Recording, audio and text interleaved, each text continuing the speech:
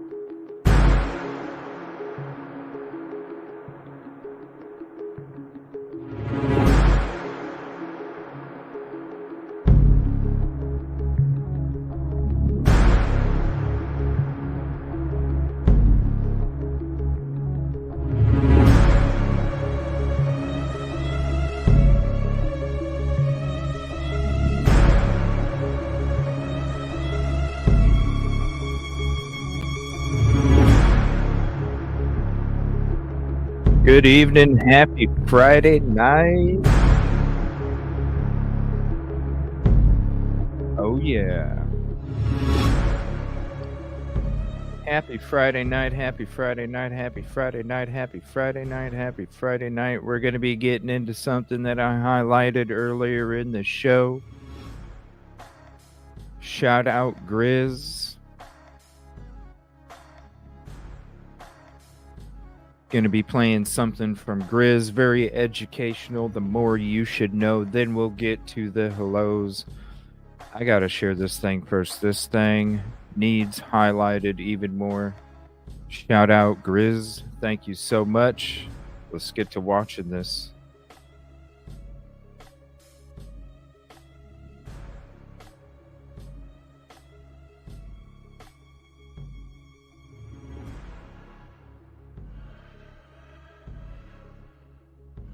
In a small online community, members engaged in a dangerous game of doxing, treating personal information like a weapon without understanding its consequences. Unbeknownst to them, their actions took a sinister turn when they targeted an innocent person, mistaking him for someone else. The misidentified individual, a young man named Jake, became the unintended victim of their online vendetta. The relentless harassment pushed him to the brink, affecting his mental health and reputation. Unaware of the mistake, the online vigilantes continued their pursuit, convinced they were exposing a dangerous criminal. As the situation escalated, the group uncovered what they believed to be Jake's address.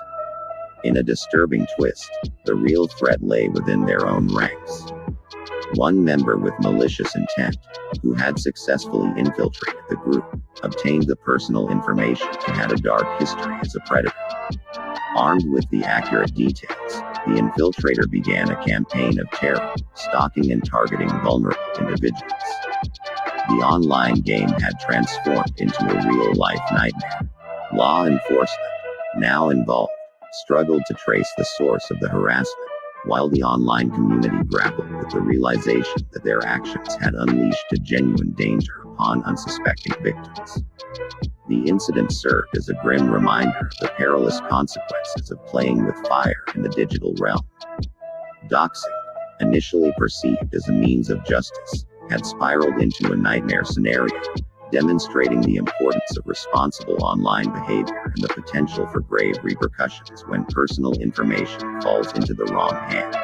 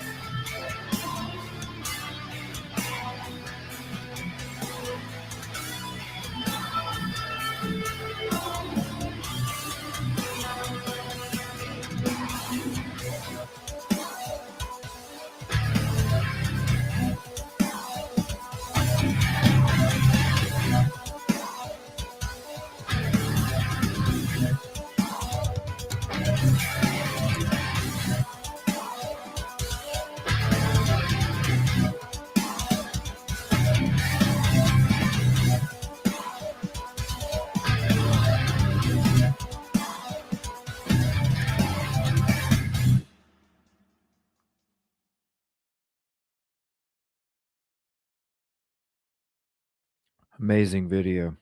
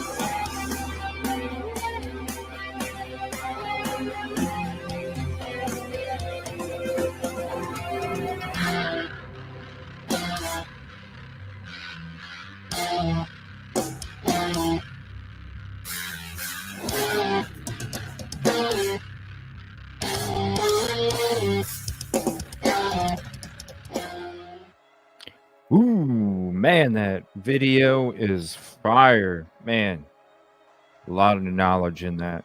Shout out, Grizz. Thank you so much. Appreciate the hard work that you do and the information that you provide. The stuff really makes you think, and it's true. What's up, everybody? Let me get this all switched up. And something keeps coming across my Twitter timeline, a video that Innocent Until made. It just cracks me up. It's like 9,000 views over there now, I guess. But it just keeps popping. I don't know. Shout out Innocent to it. Caddy Crime, ticket number 1. Yay. Hello, everyone. How are you doing, Caddy? Hope everybody, if you're celebrating Thanksgiving and you celebrate it, happy Thanksgiving today. Or if it's this weekend, happy Thanksgiving coming up. I know people celebrate it on different days depending on what the family is allowed or able to do. Scarlett, what's up? What's up? What's up? Ticket number 2, typically unique. Oh, you emailed me. Okay. Ticket number 5. Sweet. Miley, ticket number 6. What's up? Katrina, ticket number 8. Hello to you. Kevin Kraft, there's the ninja. Always silent. Skittles, number 9. What's up? What's up? Good show earlier. These cases. Yoli, good evening. Kelly, how you doing? Yes, we're going to be getting into the University of Phoenix, Idaho deal and how much more of a scam it is. Here, whoops, hold on. We'll just go ahead and go up to here. About how big of a scam it is. Mark and Betty, ticket number 12. Hello to you. D. Marie, what's up? D. Smith, peace, positivity, and progress. Good vibes. Ticket number 16. Good evening and thank you. Ooh, that's a cool icon photo. That's pretty neat. So was that one? Love that show 24. It's one of the best TV shows ever. Elemental Cipher, hello to you. I love that show 24. As soon as that first episode came out, I was hooked. Oh, thank you, Mark and Betty. You always say that every show. I appreciate that. What's up, Nevada? How you doing tonight? You always say that, Mark and Betty. Pammy B. What's up, Pammy B? Hopefully you're doing better, Kevin Kraft. Good evening, gorgeouses. What's up, Nina? Good to see you. Oh boy. Oh, it's gonna be a scam. What's up, Truth? We're gonna see some scam shit tonight with this university stuff. You want to talk about the University of Phoenix being a scam? Oof. What's up, Kelly? How do you pronounce that? Thank you for joining first time here. Kelly? Kelly? How do you pronounce that? Please let me know. Not peeking. Detective Golden. Ooh, a bunny. Uh-oh. Oh, Kib Kitty, thank you for that. Lynn T, Heather, American Princess, Rach, and Unit. Thank you so much, Kib Kitty. Good vibes. Thank you so much. I appreciate that. We're going to be having some members-only stuff. I'm thinking I'm going to let you guys decide. I'm going to put a poll out there in the community post. I'm going to let members decide. I'm going to put 4 topics, and then I'm going to let members decide what the next one's going to be about. I'll put the 4 topics up there. What's up, Nicola? How you doing tonight? Yes. So this thing just keeps popping up. It makes me, I just laugh my ass off every time that I frickin' see it pop up on my notifications. I gotta play it one more time.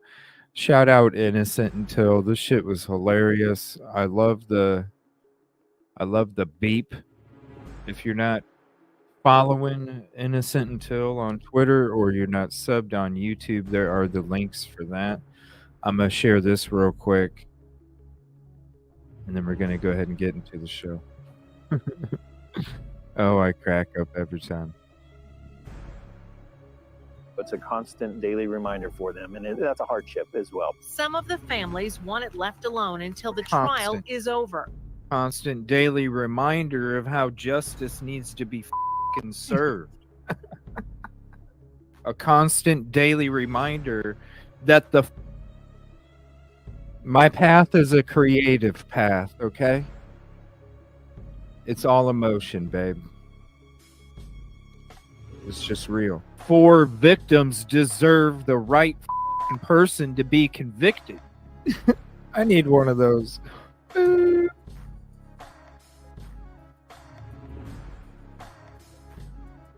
That's the daily reminder. It's the truth. So as far as I'm concerned, there should be a daily reminder to make sure that these 4 victims get the justice they deserve every day until it happens. Oh man, I get so upset when they don't respect the community, and we're going to be getting into more of that tonight.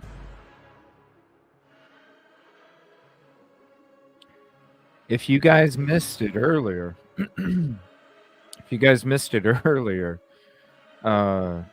we watched this Law and Crime Network episode in the earlier show, man, I don't know what got into Jesse Weber. I don't know what got into Jesse Weber. I was shocked right in the beginning when I heard him say he was like pro prosecution. I was like, whoa, when did this happen?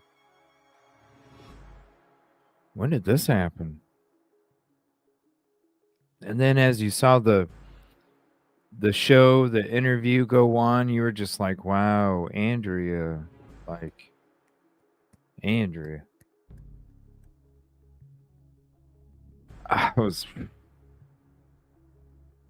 I don't know. Maybe he went in there because I've never. Let's be honest. We've watched a lot of Law and Crime. I've never seen Jesse come out there like that, ready to swing. That's why I was when I first started playing it, because I had not watched it at all. And then when we hit play, and it started to play, and then right off the bat, he was like, talking about pro prosecution. I was like, whoa, hold on, wait a minute, what? I'm shocked. I was shocked. And then all of a sudden, I was like, whoa. We had a lot of great. I want to say thank you to chat earlier this morning / afternoon while we were watching that. Oh, what we had a lot of great conversations going around this morning, early afternoon, when we were playing that episode. It was really good stuff. Just a lot of information and facts just being all over the place. It was great. So shout out to everybody. Thank you. He was interrupting her like crazy. I don't know. He must have been crabby as soon as as soon as it started or something. Oh, I don't even want to see it. I just saw it. It says 7 days ago. I don't even want to play it, but I gotta play it. Oh man. This needs to be talked about like quick. So shout out to anybody else, cover the universe, like cover this deal. Oh man, it's horrible. 7 days ago. Moves a step forward, everybody. Not good news. Not good news. I thought we would listen to this sometime too on an Idaho episode where they Surviving the Survivor has the author of While Idaho Slept. Check that out sometime. All right, but here is this video right here. This is the newest one. U of I's acquisition of the University of Phoenix moves a step forward. It's only 23 seconds. This isn't... Oh, man. I hate to think. University of Idaho's attempt to buy the University of Phoenix is one step closer to completion. Today, University President Scott Green announced the Higher Learning Commission has approved University of Phoenix's accreditation under the nonprofit that is affiliated with the U of I. Green says U of I is still working with the Northwest Commission on colleges and universities to make sure it supports the affiliation. Still working with them. Little schmoozing. Oh, gosh. What's up, Root? Aw, you got a baby in your hands?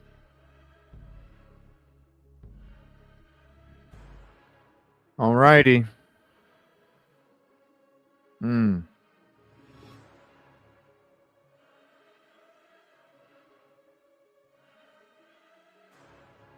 Oh man. Here we go. Now this is gonna be from different periods of time. Like I said, there's like a crap ton of lawsuits. I'm just going to play a couple of them for you real quick. And then we're going to play some different things so you guys can kind of get a gist of what it is, The Federal Trade Commission announced Tuesday that University of Phoenix owner Apollo Education Group must pay $191 million to settle federal charges centered on how it marketed possible job opportunities to students, promising their placement offices had solid job contacts at AT&T, Twitter, and other companies. Federal officials said under the settlement, Apollo Education will pay $50 million in cash to the agency and spend another $141 million to cancel the debt acquired by students who were deceived by the marketing. The FTC said Apollo Education... And as we go, excuse me, and as we go into these, you'll keep hearing canceling student loan debt, canceling student loan debt, canceling student loan debt, not to mention all the other lawsuits. University of Phoenix owner Apollo Education Group must pay $191 million to settle federal charges centered on how it marketed possible job opportunities to students, promising their placement offices had solid job contacts at AT&T, Twitter, and other companies. Federal officials said under the settlement, Apollo Education will pay $50 million in cash to the agency and spend another $141 million to cancel the debt acquired by students who were deceived by the marketing. The That's 191 million. TC said Apollo Education's $191 million sets an agency record. This week, we talked about the University of Idaho's response to 3 U.S. senators urging the school to walk away from its plan to buy the University of Phoenix. One of the reasons Senators Richard Blumenthal of Connecticut, Richard Durbin of Illinois, and Elizabeth Warren of Massachusetts told U of I this deal would hamper them financially, well, because they'd be saddled with the online for-profit school's boatload of student debt that was out there. Hello. Hello. Oh, that's why 7 days ago, it's another step forward. Oh, man. What's up, Love Within Walls? Thank you for hopping in. $191 million. That's just one of them. And this isn't all of them. These are just little bits. And then I'm going to show you the videos that people get hooked on. And it's so sad because they paint these damn pictures to these people that are desperate for opportunity and they misuse it. Idaho's response was twofold. We aren't buying University of Phoenix. Actually, a nonprofit we've created is, technically. Yeah, and man, we're not buying it, but the headquarters is the frickin' Kibby Dome. Do you see what I'm saying as we're getting into these shows? They keep trying to distance themselves from it all. The non-disclosure agreement, the 48-hour notice, and only a 90-minute session to decide.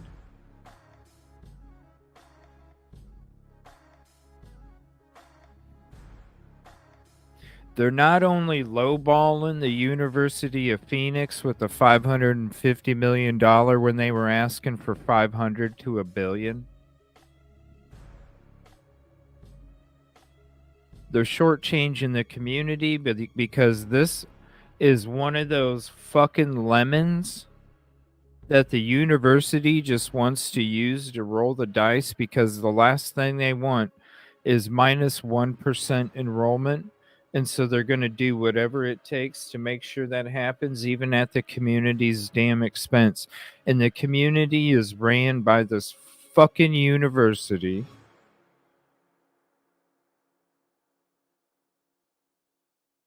And they don't have a choice. It gets worse and worse. The last few shows, as we get more into it and more into it, does it not? It just gets worse and worse. Worse and worse. U.S. senators urging the school to walk away from its plan to buy the University of Phoenix.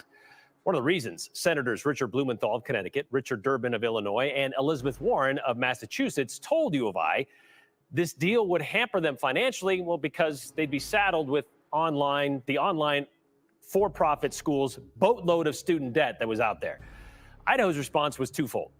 We aren't buying University of Phoenix. Actually, a nonprofit we've created is, technically. And that debt, well, that should be taken care of by the $200 million. We know who's going to profit. The University of Idaho. They're automatically getting the first $10 million before anybody gets a piece.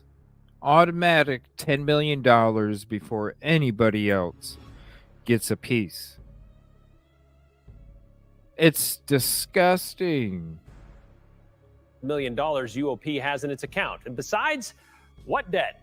Just today, we learned the next domino has fallen, with the Biden administration forgiving $37 million in student debt owed by more than 1,200 University of Phoenix students. The reason? Well, whoa, 37 million?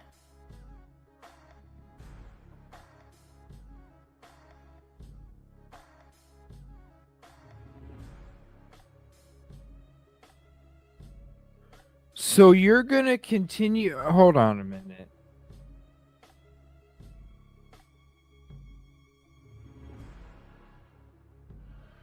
So you're gonna allow this institute?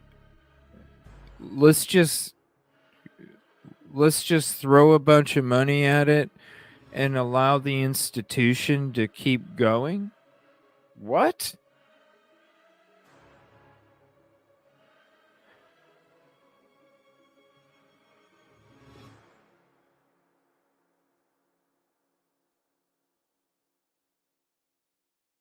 Let's just keep getting a can of Fix-A-Flat every fucking day instead of trying to get a new tire?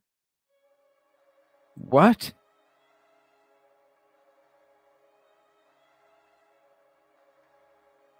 Why? That makes absolutely no damn sense. I'm sorry. Okay. The school lied to these students and defrauded these students, saying they had partnerships with Fortune 500 companies and thousands of corporations, which would make this a pipeline to a career, but no such pipeline existed. Dude, where's all this money gonna come from? Oh yeah, that's right. You're fucking 80. It doesn't matter because you ain't gonna see who has to pay for it anyway, you son of a bitch. So will that loan discharge fall on the U of I now, like it did with the University of What the Arizona hell, when man? they bought Ashford University? U of I, on their website and in the letter responding to the trio of solicitous senators, they said, see the part about the $200 million. But they also said this: these allegations do not reflect University of Phoenix as we know today. What? We value the students' focus and vision University of Phoenix has today and stand by our commitment. What the hell is this?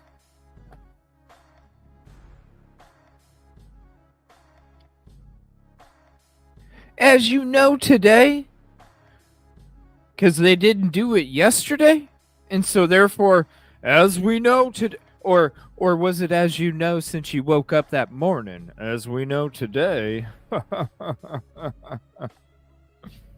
Today. As we know today.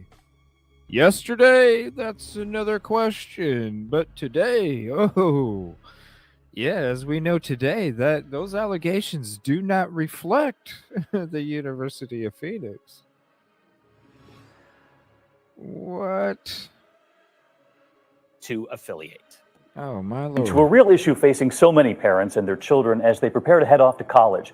With so much money on the line, many turn to the schools that show the best numbers, the best chances at a new job when you graduate. But can you believe what some of those for-profit colleges tell you? ABC's Mark Greenblatt on the case tonight. Yes. The first $10 million of what that transaction creates goes directly to the University of Idaho. The freaking address is the Kibbe Dome. The address is the Kibbe Dome of the University of Idaho. Do you guys... You know what the Kibbe Dome looks like, right? Oh. In my opinion, it's a wretched fraud. Jason Sobek's talking about one of the largest for-profit college corporations in the country, EDMC, the This is just about the whole college for-profit system, period. Period. University of Phoenix is just one of the most highlighted because they were one of the first ones to come out with commercials that played nonstop next to ShamWow. Education Management Corporation, which runs more than 100 colleges, offering everything from a master's of design to degrees in nursing. You could make it happen with Brown Mackey. And what's that rotisserie chicken thing? Yeah, that, you'd get rotisserie chicken, you'd get University of Phoenix, you'd get ShamWow, and then you'd get like Late Night Cleo. Remember Cleo? Yeah, Cleo. Yeah, you'd get Cleo commercials too. All of that shit. Constantly, nonstop, rolling. Cleo in college. This former admissions supervisor turned whistleblower is suing, alleging the company deceives prospective students in marketing materials, by falsely inflating success statistics. They manipulated the job placement rates by counting students working in a job that they did not need the degree for. You think this is all intentional? It is intentional. It's the business model. Case in point, single mother Sarah Fisher in Indiana. I feel like I've been lied to, and I am angry about it. Fisher says she got sucked in by a recruiter for Brown Mackey. They told me I'd be able to get a better job, that I'd be making $35,000 to $40,000 a year. But Sobek gave ABC News an exclusive look at internal company documents, which show EDMC still counting Fisher's $16,000 a year job as a success. I work at Walmart in customer service. She got the job long before graduation, but the school claims it's related to her degree. They're lying. I placed myself in that job, not Brown Mackey College. And here's more.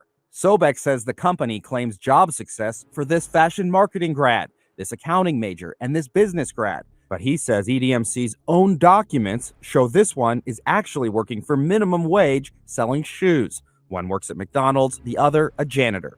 EDMC declined an interview with ABC News, but wrote us to say, "We believe the claims raised by Jason Sobek are wholly without merit," saying he was not employed in career services and that the company has a high code of ethics. We asked Senator Dick Durbin to review Sobek's documents. It's just plain fraud, and your whistleblower has brought it to light. And these students sucked in by these ads, sign up for debt, sign up for these. Hello, guess who reached out to the University of Idaho? Hello. Hello. This guy did too. Courses that lead to nowhere. This guy did Sarah too. Fisher just feels duped. About $24,000 in the hole for a degree I can't use. Sobek's claims also got a boost from a federal judge who reviewed the evidence of job placement fraud. David, that judge said the case should be allowed to move forward in federal court. But you've got Washington asking questions too. Mark, thanks very much. From climbing the corporate ladder to... Yeah, we're not going to those just yet.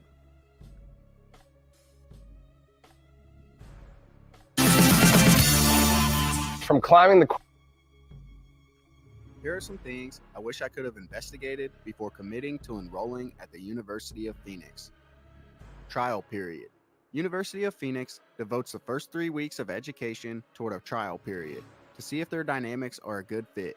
If after the trial period, the student decides to not pursue with the University of Phoenix, the student is dismissed without incurring any fees. If the student wishes to continue, then he is given credit for the weeks completed and is then obligated to pay tuition costs. These are a couple videos. It's mixed in with news clips in different videos of people's experiences with University of Phoenix. And then also some of the lawsuits as well. And then we're going to have some videos because I wanted to show you guys the kind of spew in just pure ugliness gets shown on these videos when it comes to recruiting potential students. And it's just disgusting because they target single parents. They target even individuals that just don't have any time and can, you know what I mean? It is, they're targeting desperate people, and it's a bunch of bullshit. And the fact that the University of Idaho is even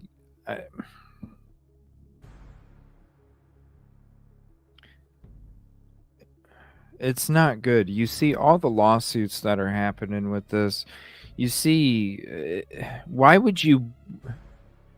The fact that people didn't know about it for 2 days, met for 90 minutes, it's this big of a purchase. The university's using another company, so there's no, their hands aren't getting dirty, but they're the ones that are profiting from it. And they're the ones that are going to succeed and win if they take a chance and win. And if they don't, then other people are going to have their hands dirty and going to have to pay for it. And it's just not cool. I see this shit happening in front of my damn face, and I'm trying to stop it. I saw it when I went out there. I was like, this don't feel right. I come here, I start digging into this deal. I'm starting to fucking... No. It's not cool. So that's what we're watching tonight. There's a campus. This shit University of needs Phoenix has a it needs campus to be in my talked city, about. which I didn't know prior to enrollment. Mathematics has never been my strongest subject. I was fully aware that once scheduled to take a math course, I would need direct involvement from my instructor. Had I known that the University of Phoenix has a local campus, I would have been more confident about enrollment.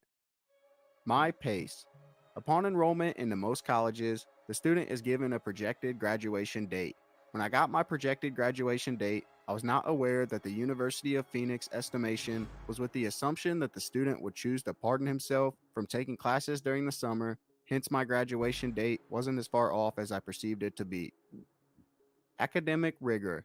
The actual classroom work at the University of Phoenix was significantly easier than any other online colleges, and I based this assessment on having regularly compared my work to that of others who, at the time, attended other online colleges. This is something that would have made me a bit skeptical had I known this prior to enrollment. Had I known this prior. They get you sucked in. Wait till you watch these videos. And yes, Miley, the university.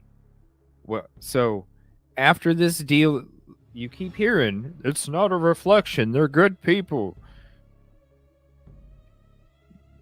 You keep hearing about this deal. Now, when this deal is finalized, if it's finalized, the first $10 million that is profited goes directly to the University of Idaho first. Nobody gets a cut. It's like a $10 million deductible. It's like a $10 million deductible. And the University of Idaho is the one you got to pay the deductible to before you get any of the return after that. So when it's $10 million in $1 goes to whoever. Now they're saying, here's the sweet thing. Because you watched that Idaho PBS interview, you guys remember the guy with the curly hair. I made a highlight video out of it. Go to my video section, check it out. You'll see which one I'm talking about. It's about the quickness of the deal. You can see right there. He's saying, oh, we didn't know. That's a good question. We'd like to find out. This was put on us. No time. But you hear, oh, but I mean, the bouquet of flowers. The university says that this could bring in $180 million.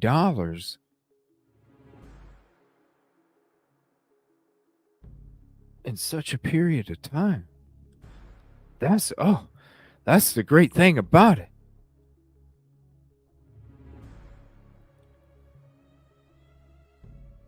And if you think you got the key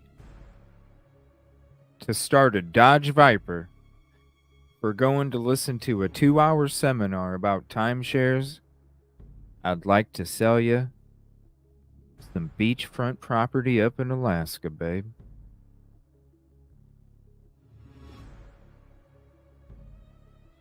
I mean, Other students. For the most part, students were cordial and considerate Perm of guy. classmates' contributions to discussion boards. Yeah. There were the miserable few who seemed devoted to being an inveterate negative critic. The instructor does not intervene on discussion board dialogue unless someone becomes clearly abusive to another student. What? Video learning. One of the features of University of Phoenix curriculum is a video learning system called Toolwire. Toolwire experience consists of introducing students to 5 virtual everyday people whose daily lives are followed in the form of sort of a video game. Every person does not enjoy playing games, and unfortunately I am one of them. So for more tips and tricks on colleges and universities, check out our website. What the hell? Graduating from college is supposed to be that life-changing, career-starting moment that you look back at with a great deal of pride, right? For some Bay Area graduates, they look back only to see a mountain of debt, a worthless degree, and a headache they can't kick. In a special report tonight, ABC Action News reporter Ryan Ray shows us a new buyer beware story at a for-profit college.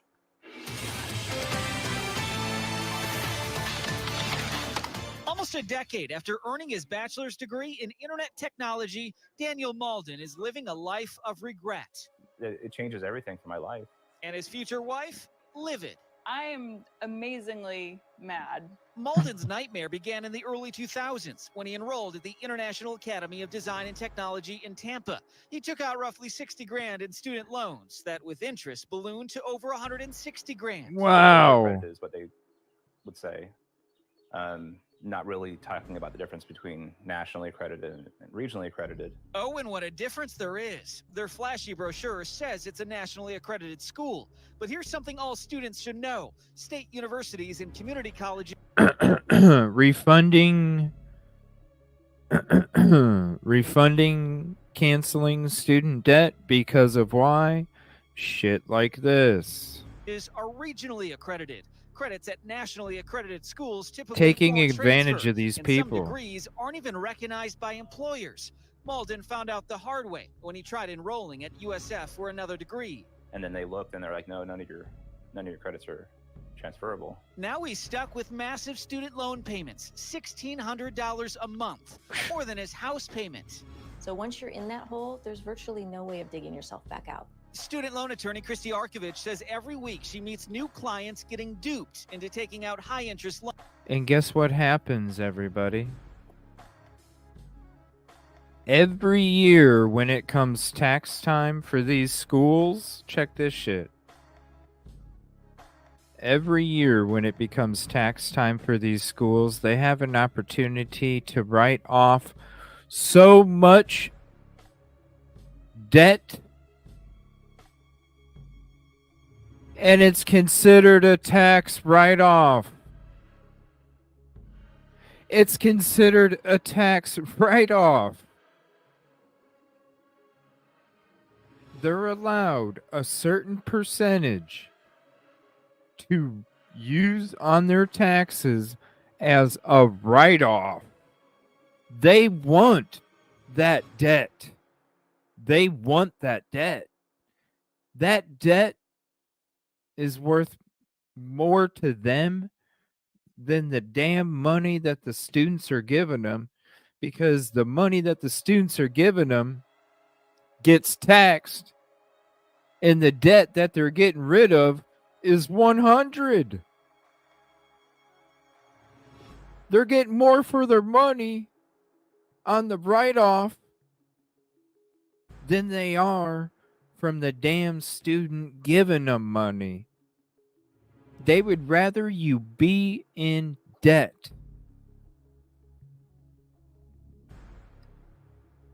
And this is the beautiful fucking deal. This is another college. You're taking the head of all of these colleges, the example that all of these other colleges learn from. Because where do you think they learned it from? They learned it from the U of POL. That's why these little colleges popped up and started doing the same thing. They said, holy shit, this is a way to make some money, yo. And look at how easy it is. All we have to do is tell people a bunch of shit that's not true to get them sucked in, and then only if they try to sue, then we will go ahead and say, oh, okay, we'll go ahead and cancel it. But more often than not, if the students are already in debt, do they have the money to sue? No.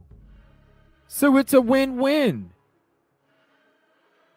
Not only they get the student in debt, But they don't even have to worry about a potential lawsuit because the student that they put in debt has no frickin' money to get an attorney. And it's been working for so long.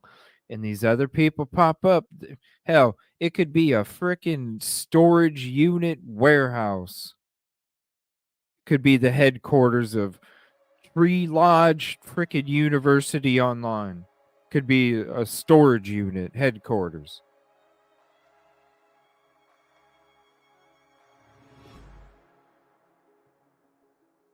Oh, it's disgusting. That don't pay This off in is the not end. why. degrees were- What is so good about this damn deal that everybody over there is so hoo and ha about? I don't get it. They're being lied to. worthless, so they're never going to get the type of job with the type of income to pay back the money. And the university Malden is owns by that far damn not the town. only student who wishes for a redo. It adds up. Web designer John Billicky hasn't bothered paying his six-figure debt because he says the school flat out lied to him. I didn't receive anything, so I have no legitimate reason to pay for anything. IADT eventually changed its name to Sanford Brown, but the company recently announced the closure of all its campuses. We did notice this on their website: credits earned are unlikely to transfer. Malden is now taking his debt to bankruptcy court. Constantly changing the name. Why? Reputation. Image. Hello. His attorney filing suit this week, going after the loan servicer Navient to try to get some relief. U.S. Representative Kathy Castor is trying to give these students a voice, telling us in a statement, consumers and students should beware of online and for-profit colleges that use deceptive practices to prey on our neighbors. These fraudsters don't play by the rules. She's working to ensure people don't It's fall so in the same horrible. trap as Malden, whose debt is preventing him from walking down the aisle. Oh. It's a hard situation to be in, to finally find this person that you want to spend the rest of your life with, and then you can't because of like some BS reason. That's so sad. She's just trying to be patient. He's trying to get an education.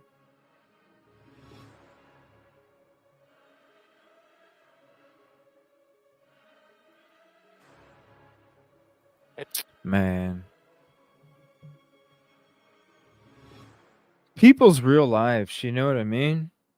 It's so sad. Because of some greedy fuck that wanted a yacht with a bunch of strippers.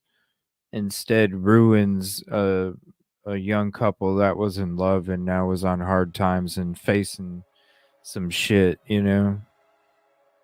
And AIDT released a statement to ABC Action News saying it has very clear and readable disclosures. They say they always have career services available for current and former students. Oh, hold on, I'm not getting to that one yet. Check this one out. Hey,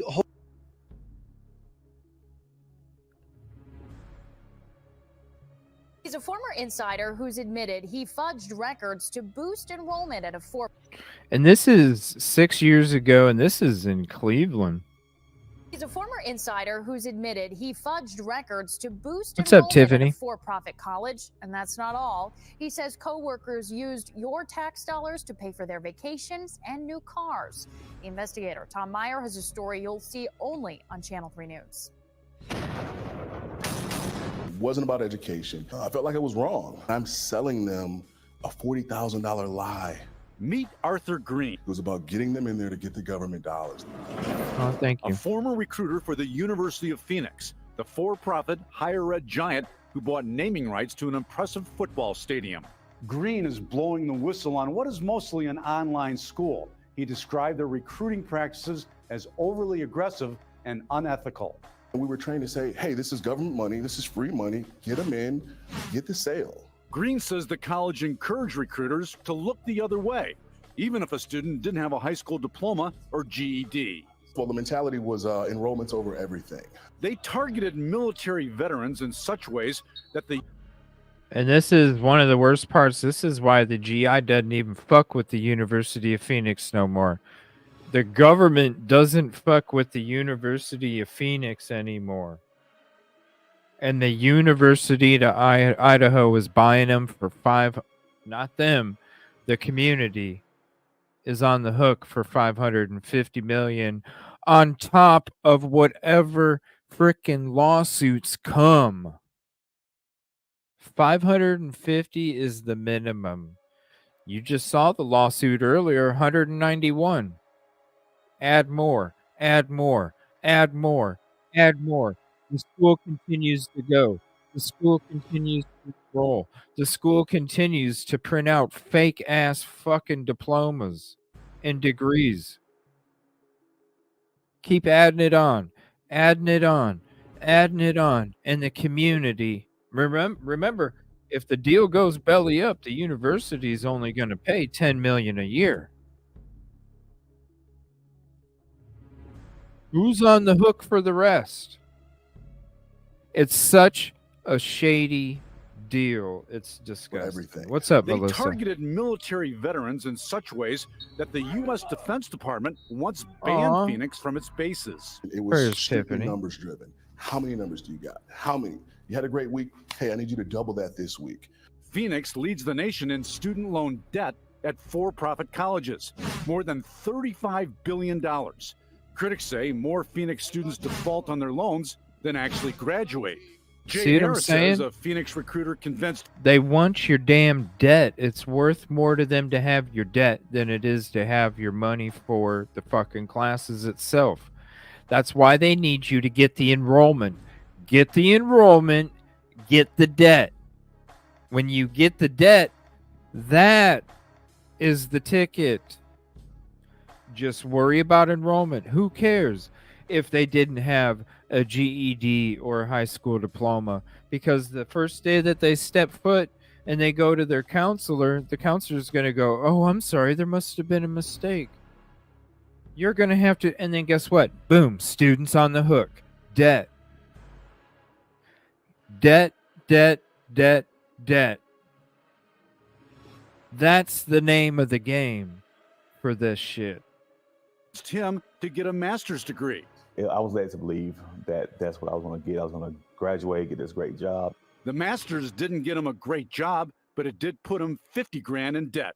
So I accumulated this debt for this piece of paper that I was not able to use. The money grab didn't stop with students. Green says Phoenix employees were encouraged to use their own tuition waivers as a cash bonus to spend as they wished.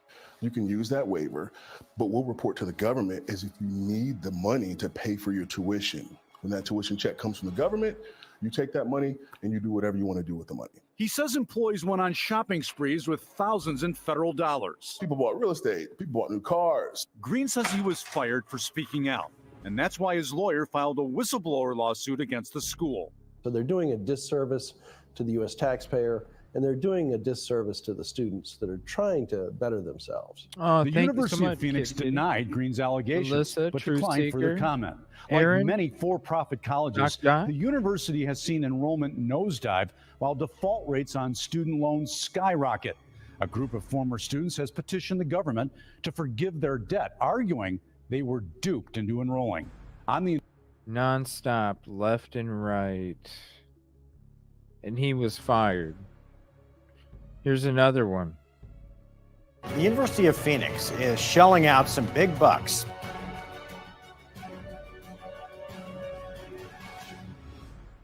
People often say that college is a scam. When they say this, they usually mean two things. One, they think that college is too expensive, or two, they don't think that college teaches enough relevant skills that are actually applicable to a job or career. But there's this one college called the University of Phoenix that's not just a scam figuratively or metaphorically, but literally. Now, for-profit diploma mills are nothing new, but usually their scope and scale are relatively small.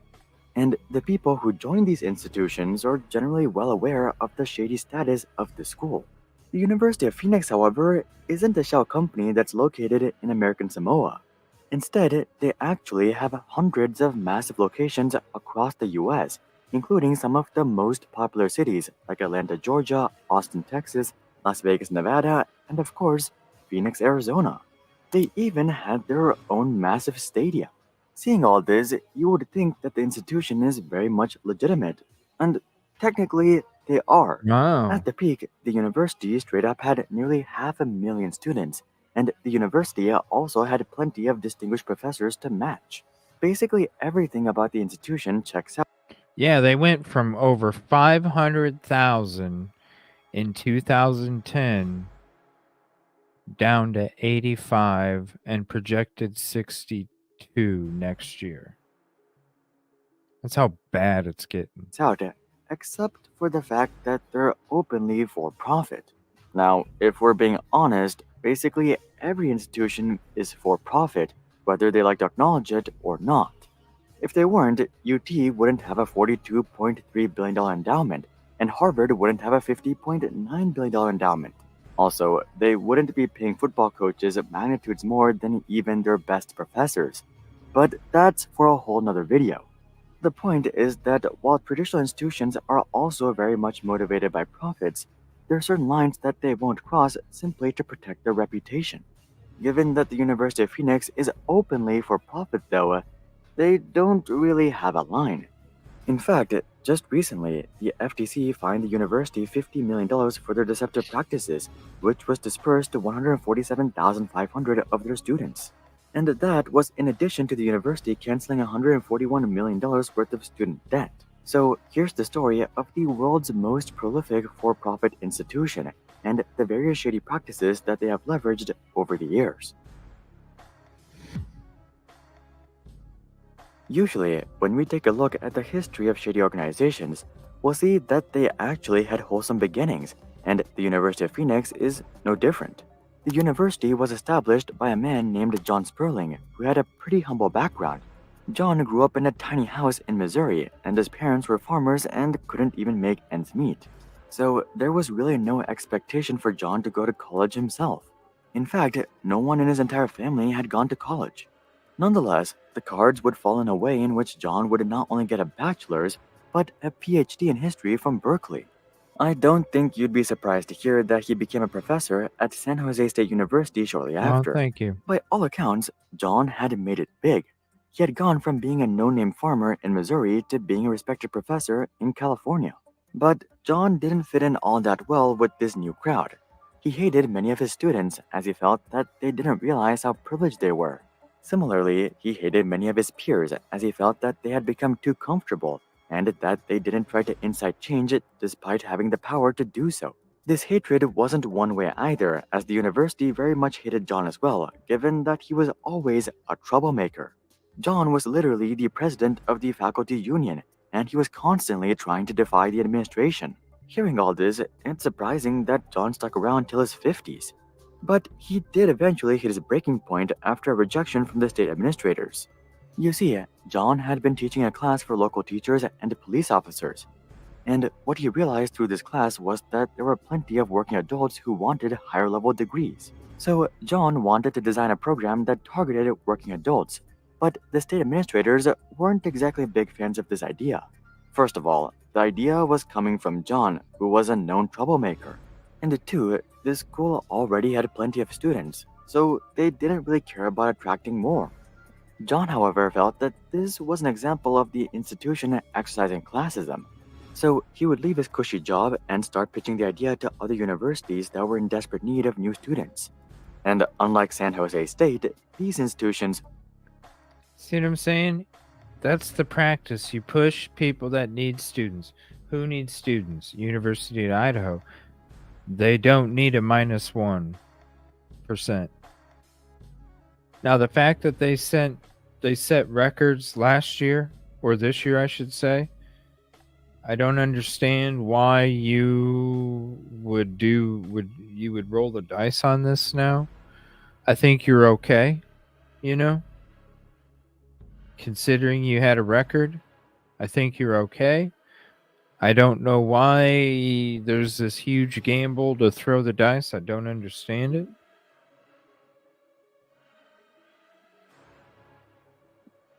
It really doesn't make sense. really care about attracting more. John, however, felt that this was an example of the institution exercising classism, so he would leave his cushy job and start pitching the idea to other universities that were in desperate need of new students. And unlike San Jose State, these institutions would bite. John would go on to launch various programs at these institutions that would eventually become known as IPD. But accreditors weren't exactly big fans of this idea because IPD programs were designed to be for profit and had massive margins. But wait a minute, didn't John want to help lower class adults?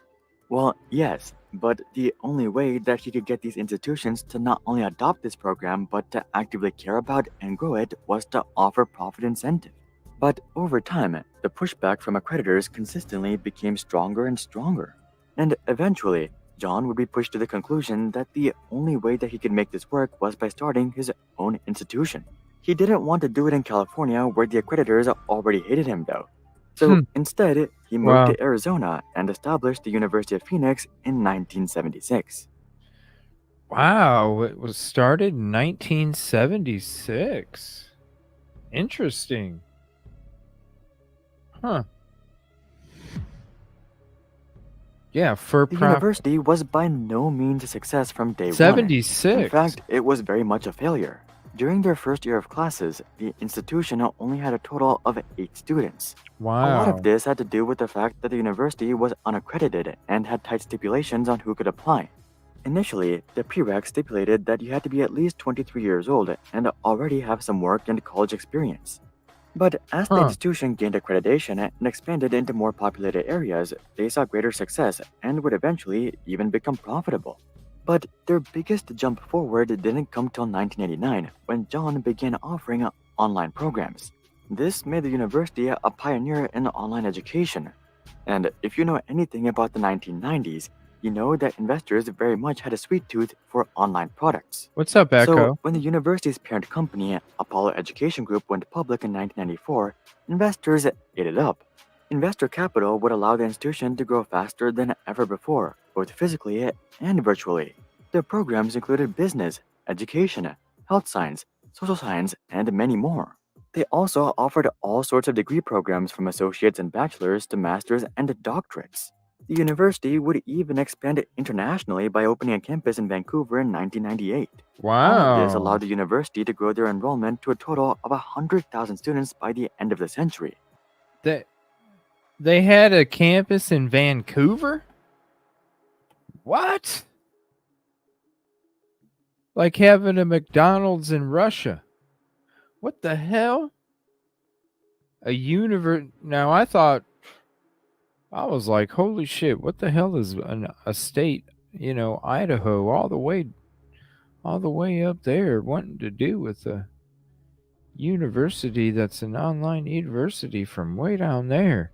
Here, I thought that man, there was already somebody above them that was in Vancouver. What the hell? For perspective, even the largest public institutions in the US aren't able to reach such numbers.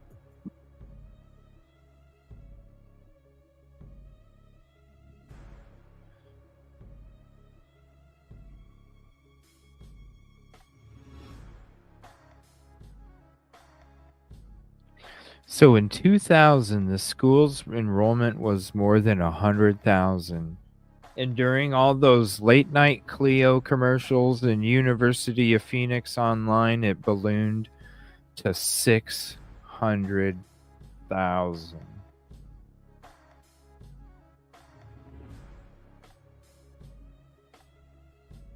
Wow.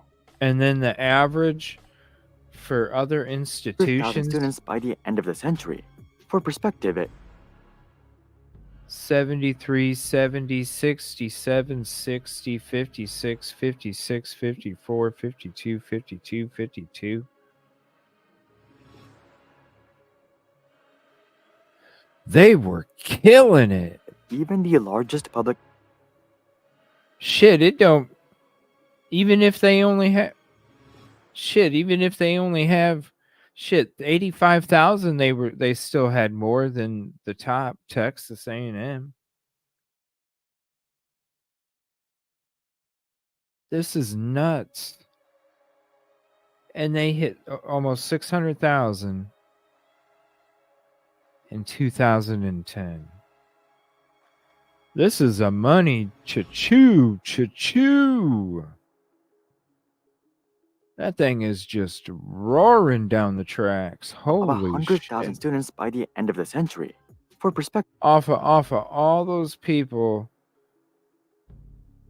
that were just desperate to try and take an opportunity, they thought, I mean, come on.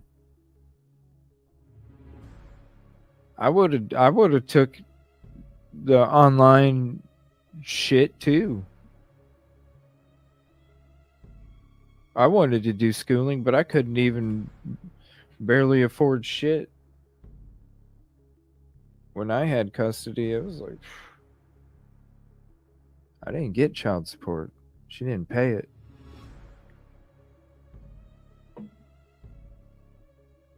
I probably would have went the online route though, and that's crazy. I would have ended up a shit ton in debt. That one guy, 164,000 in debt. 60,000 originally in debt, and then you add interest and it balloons to 164. I could have been owing that. For man. even the largest public institutions in the US aren't able to reach such numbers. But it wasn't sunshines and rainbows forever. Oh, thank you, Echo. Investors don't invest in companies appreciate that. just for the fun of it. They invest to make profits. And investors don't just want profits, they want growing profits, which was especially true in the early 2000s throughout the dot-com crash. Given that the University of Phoenix was indeed a public company. Whoa, that's right. That's right. So in 2000, okay, remember in 2008, 2009, into 2010, that's when all the banks went whoosh. Remember? And the government was bailing out all the banks in 2008, 2009. During that time period, the university was at its peak. Holy shit.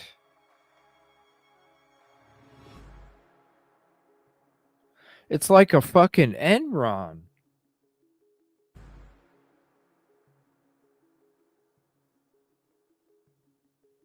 It's like a Enron.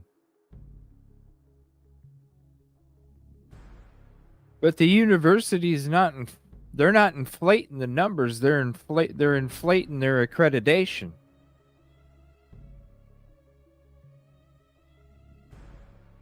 But they're getting rich off of people's money just like Enron was.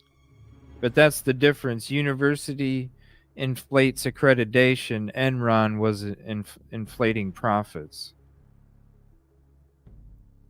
What a scam. I can't believe that they must not be doing, I don't know.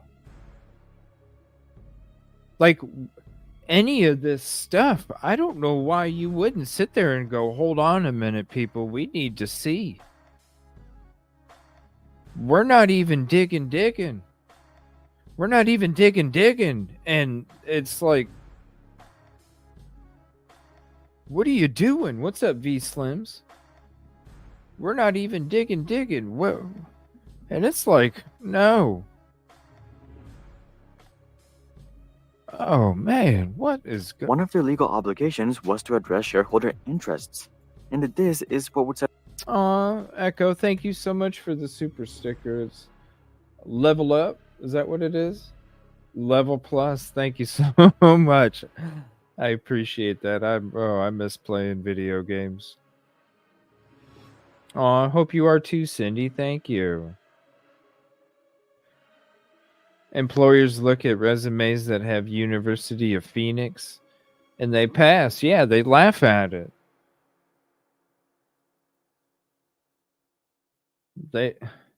Because they inflate the accreditation like Enron inflated profits. It's the best way to describe it. Because look at it. It's like Enron. It's like frickin' Enron. Set off the painful decline for the University of Phoenix. Oh man, how did the university didn't just jump into the super shady stuff straight up, though.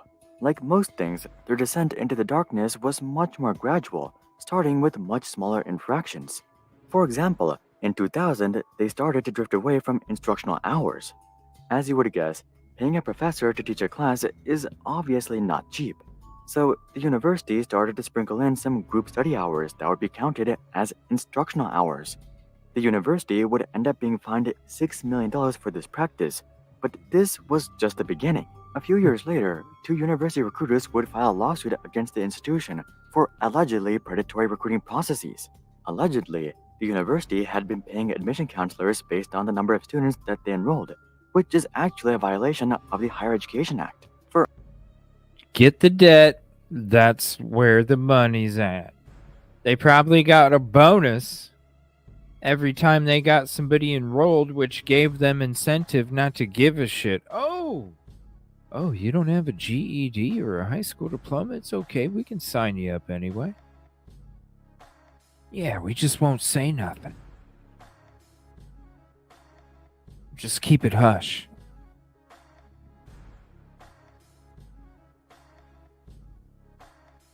Just keep it hush. And then the kid shows up for the first day and they go, "Oh, I'm sorry, honey. I don't know how this got past our I don't know how this got past our admission department here, but yeah, it looks like yeah, you got to have a diploma or a GED first. So listen, everything's already been processed. How about we do set something up, go get your GED real quick, and then come back here, and then hopefully we can get you started back in a week, okay? It's okay. It's okay if you miss a week. Just go get that GED real quick, come back, everything will be fine, okay? And then the kid goes there, because he wasn't probably even expecting it. And if you're applying for college and you don't have a GED or a diploma, I imagine you probably weren't taking one at that moment. So then you got to hurry up, run, try and figure out how to do a GED, get it set up. I don't know if you got to pay for it, probably. I don't know. And then who knows if they passed it? Are you not trying to pass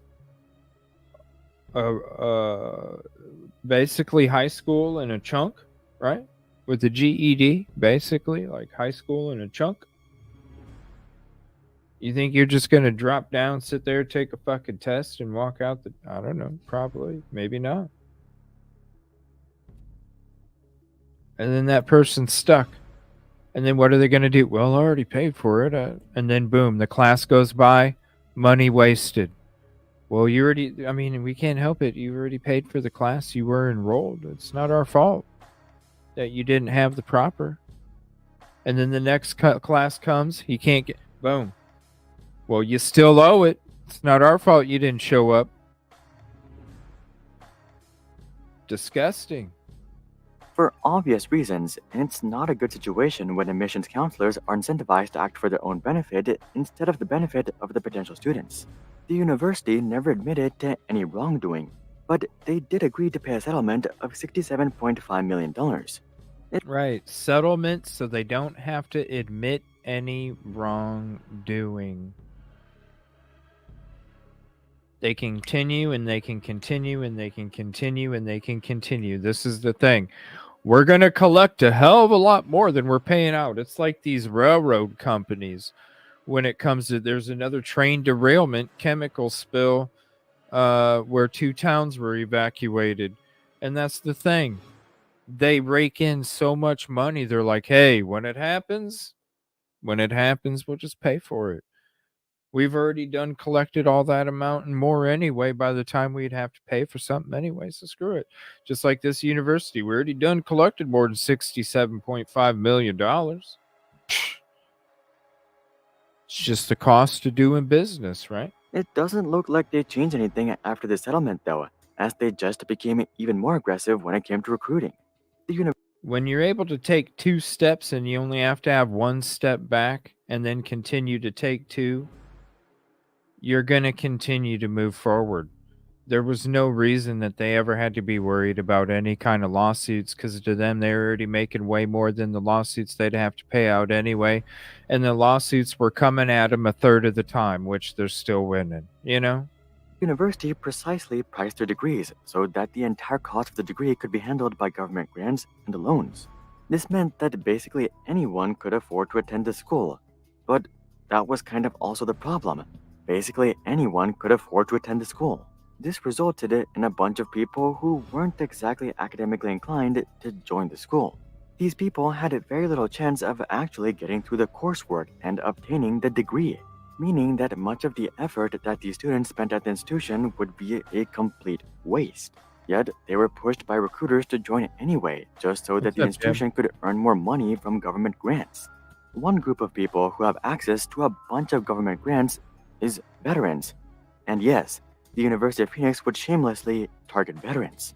They would allegedly set up recruiting booths at military bases and promise the moon and more to these veterans. At one point, the school would even get banned from recruiting at military bases, but this wasn't until after the damage had already been done. If the government's not fucking with you, why are you fucking with them, University of Idaho? Doesn't that tell you something? Doesn't that tell you something? If the government quits buying missiles from a company that can't produce effective missiles, why in the fuck are you going to buy that company? It makes absolutely no sense. During the worst of it, only 5% of students were actually getting a degree. This means that 95% had paid for nothing, or worse, they were paying back loans for nothing. Eventually, the FTC did step in and get the university to partially refund 147,500 students and forgive some debt. But in the grand scheme of things, this is nothing. $191 million spread across 147,500 students works out to a mere $1,300 per student on average, which is nothing in comparison to the cost of tuition. So, or what the one dude owes, over $164,000. It looks like the vast majority of students will be left holding the bag. While the government wasn't able to do a whole lot about the situation, it looks like the media has. As more and more media outlets cover the institution and all of their shady practices, it appears that less and less people end up joining. In fact, enrollment has fallen off a cliff from nearly 500,000 in 2010 to less than 100,000 in 2020. This has forced the institution to scale back substantially. In fact, the university expects to only have one campus by 2025. They even had to give up their stadium, which has since been overtaken by State Farm. Looking forward, I suspect that this downtrend will only grow stronger. Here's the thing, even if all the reasons outlined... Yeah, it's a sinking ship. That's why I don't understand what is so... And then the fact that they had a non-disclosure agreement, the public only knew about it 2 days before they needed a decision, and they met for 90 minutes. Why is nobody saying, whoa?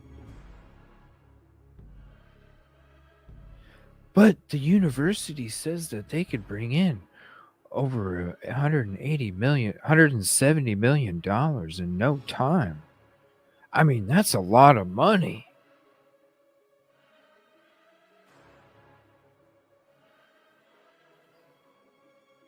Hey, bro, I'll go dig a hole in my backyard.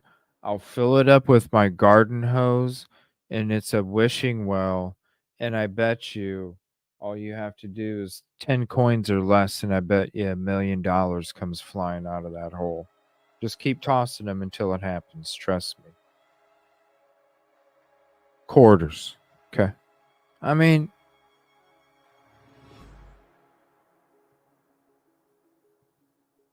all right. So now I'm going to switch to some of these promotional videos here real quick. That one's going to be last because it's a little bit of a tour, and we're not going to finish it all. But here's a couple short ones real quick. Oh, my life University of Phoenix right here. Ooh, I can't play it because of the music.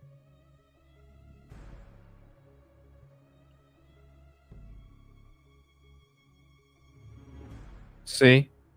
The kid. The single mom.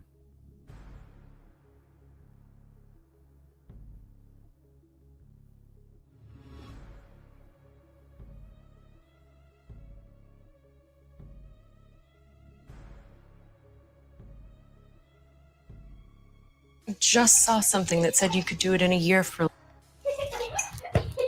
Hey, I was thinking about going back to school to get my master's. I just saw something that said you could do it in a year for like 11K. Order 11? Yes, here at 11. 1111 Masters Boulevard, please. It's gonna be 11 even, buddy. Really? The crews are all around us. Some things are too obvious to be a coincidence. What's up, Yoli? Hello. What's up? Hi. Yeah, this is a pet peeve of mine, this online crap. Yeah. It is. It's a joke. It's a scam. It's a It joke. is big time. And it's what's even worse is there are law schools that are like this, and they're only accredited by, let's say, the California Bar Association, but the real schools it's American Bar Association, and so it really kind of pisses me off because there's a lot of attorneys that graduate, from these non-accredited law schools because they're not accredited by the American Bar Association, and they don't have to take the LSAT. There's standards like that you have to meet, right? And so a lot of these schools, you don't have to take the LSAT, which is kind of like the SAT for colleges. It's like a shortcut. And while, that may sound enticing for some people, but the people who don't get a chance to do what they need to do and meet the standards are the ones that are likely going to fail. Okay, so, one of the things they're doing is that they're lowering the bar standards in terms of making the bar exam easier. And then they wonder why they get bad attorneys. And it's the same thing with the University of Phoenix. They give them useless degrees and then they wonder why they don't get jobs. Well, it's, there's a reason. I mean, there's a reason why you have to take certain tests to make sure that you're going to succeed, in certain studies. I mean, otherwise you're being set up for failure. Mm-hmm. And especially with minorities, you're being set up for failure. And they just want the debt. Yeah, exactly. And, I went to a California State University. I went to a ABA accredited law school. I did everything right, and then, you see these people who have these, some are under religious pretenses. They have a law school under religious pretenses. And I know some people who have graduated from those, and it's like, they're going to fail, and they failed. And it's like, why do you want to put people out there with that kind of, it's a fraud. So that's, well, yeah, it's like even regular colleges, like local colleges, not your yes, your and huge nursing, colleges, sorry. but your community colleges. They're, you get the commercials where you see like graphic design, enroll now, and then all of a sudden there's this humongous like influx of graphic designers. So then a graphic design degree don't really mean shit because there's so many of them out there. So then they go to criminal justice, and it's just it's like a rotating profession, and they just like dilute the shit out of it to where people that then jump at the opportunity, because they're being sold to get the enrollment. People are jumping at the opportunity, and then they can't go get a job. They're stuck 100 and some thousand in debt, and they can't go get a job for what they're looking for because there's so many people out there that have a degree in it. It's really, they saturate it. It's really sad. And why the University of Phoenix, it's very, very suspicious. I don't understand why these people can't wake up when you had 2 days notice in a 90-minute session, and you barely even have to do anything. And you can see as we're doing these shows, we're getting more and more into it. To tell me that shouldn't wake up somebody over there as to like, whoa, this is why there was a non-disclosure agreement. Yeah. Hello. So one thing about the timeline, the timeline on this University of Phoenix purchase, did this begin after the Idaho4? Yeah, I think it happened. Yeah, because they were like fielding, I believe, when they brought up the idea. I would have to find out for sure. I know it was right around the same time period, because it was like maybe a month or two after that. They were bringing up not only, well, they started off by like, Green started off by like talking about the crime and how they need to recover the costs responding to those things in the school and all this other stuff. And so that was his introduction into kind of letting everybody know, like, you know, we kind of want to bring this deal to everybody's attention. That, you know, it's preliminary plans. We're just in small discussions, but yada yada. Kind of, you know, just kind of throwing it out there.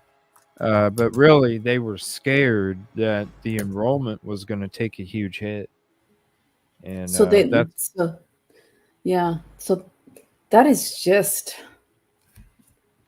I don't know. It's just it's unethical. I'm sorry.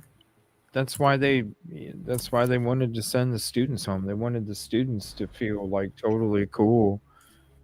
And that's because there's something about, you know, getting a degree and doing those things. Mm-hmm.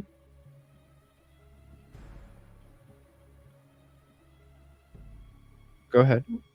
Oh, sorry, CJ. There's a delay still on my computer, but there's something about getting a degree and being able to say you got a degree and get a job and everything like that.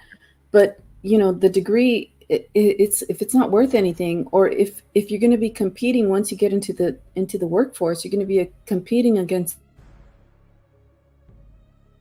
people who had rigorous standards, you're going to fail. And it's very, very sad. It's only the few that can, you know, do that, but you're going to fail. And this whole thing is setting up people for failure. And it's very, very sad because debt, yeah. It's debt, yes. I mean, it's the name of the game. That's why I think of Enron right now. You know, they're inflating their accreditations, and I'm picturing somebody with like a headset trying to sell somebody on enrollment, like they're trying to sell somebody on a stock. You know, like, and it's all about just getting the sale and making the bonus. Getting the sale and making the bonus. It just, Enron, Wall Street, you know. There was nothing. They just opened up a universe. They got to a certain point, you know, where they were able to open up a University of Phoenix in Vancouver. I thought Moscow, Idaho was the highest University of Phoenix was going, but I guess it went all the way up to Canada already.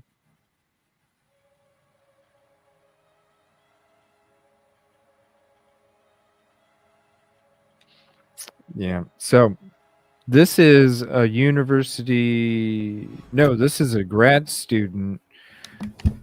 It says University of Phoenix degree in under a year accelerated degree program review.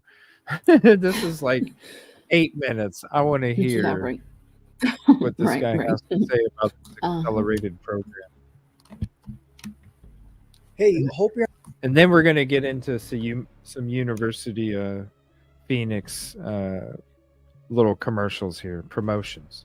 Having a great day. In today's video, I'm going to walk you through the University of Phoenix and their competency-based education program, and I'm going to let you know if it's actually worth it or not.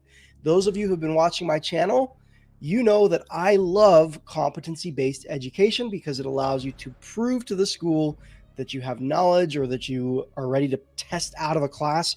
You can test out. Oh, for sure. But it's not going to matter. They just... University needs the enrollment. University of Idaho needs the enrollment on the ticker.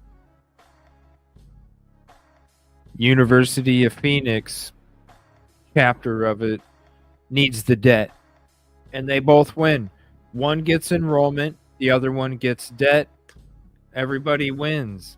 But if it goes belly up, the community pays for it. It's a bunch of shit.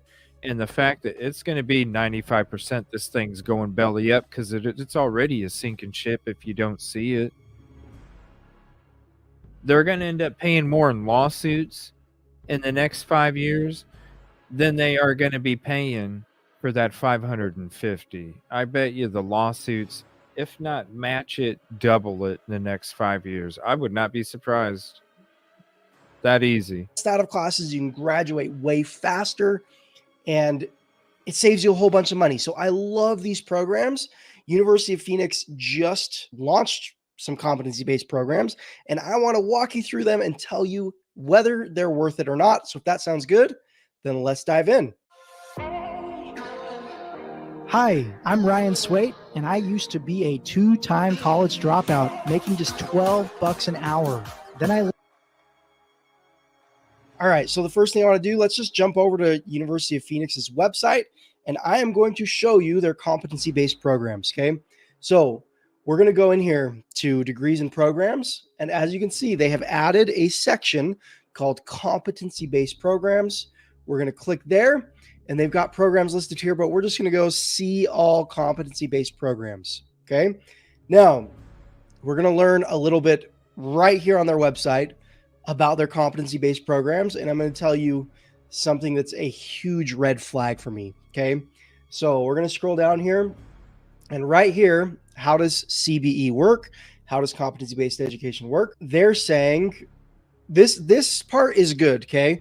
Once ready, faculty can unlock competency-based assessments so you can demonstrate what you know and how to apply it. So this says once you're ready, you prove that you're ready to take an exam, and staff can unlock an exam and you can test out of a class, okay?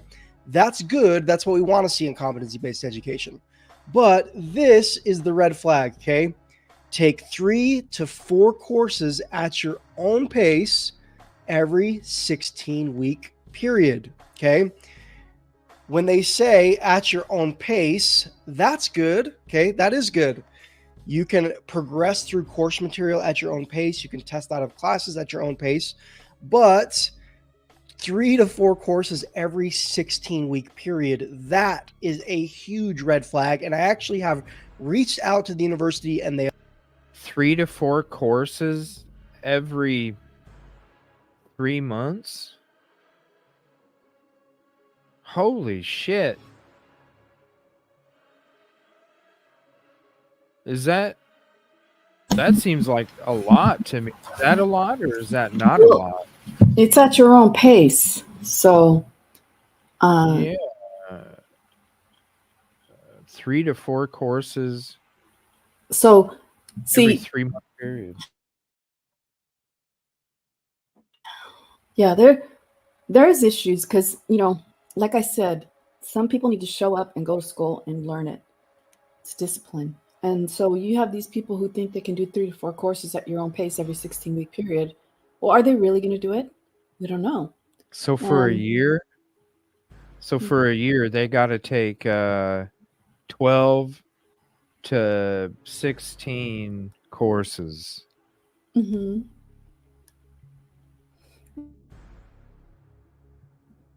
Which is really a full-time student if you think about it. Yeah, that's more than a full time. That's a full time a semester. Yeah, that's like almost double a full time. Yeah. Wow. And you think about the quality of what you're getting. Like, right. Say, like if you have a question. Yeah, or you pass it, but what do you really pass? I mean, in other words, do you really get, because I'm sorry, when it comes to education, you're not just skipping through it. You're not just trying to get You're through it so you cheating can off get a the grade. book. A You're lot of people cheating do off the that, and book. that's fine.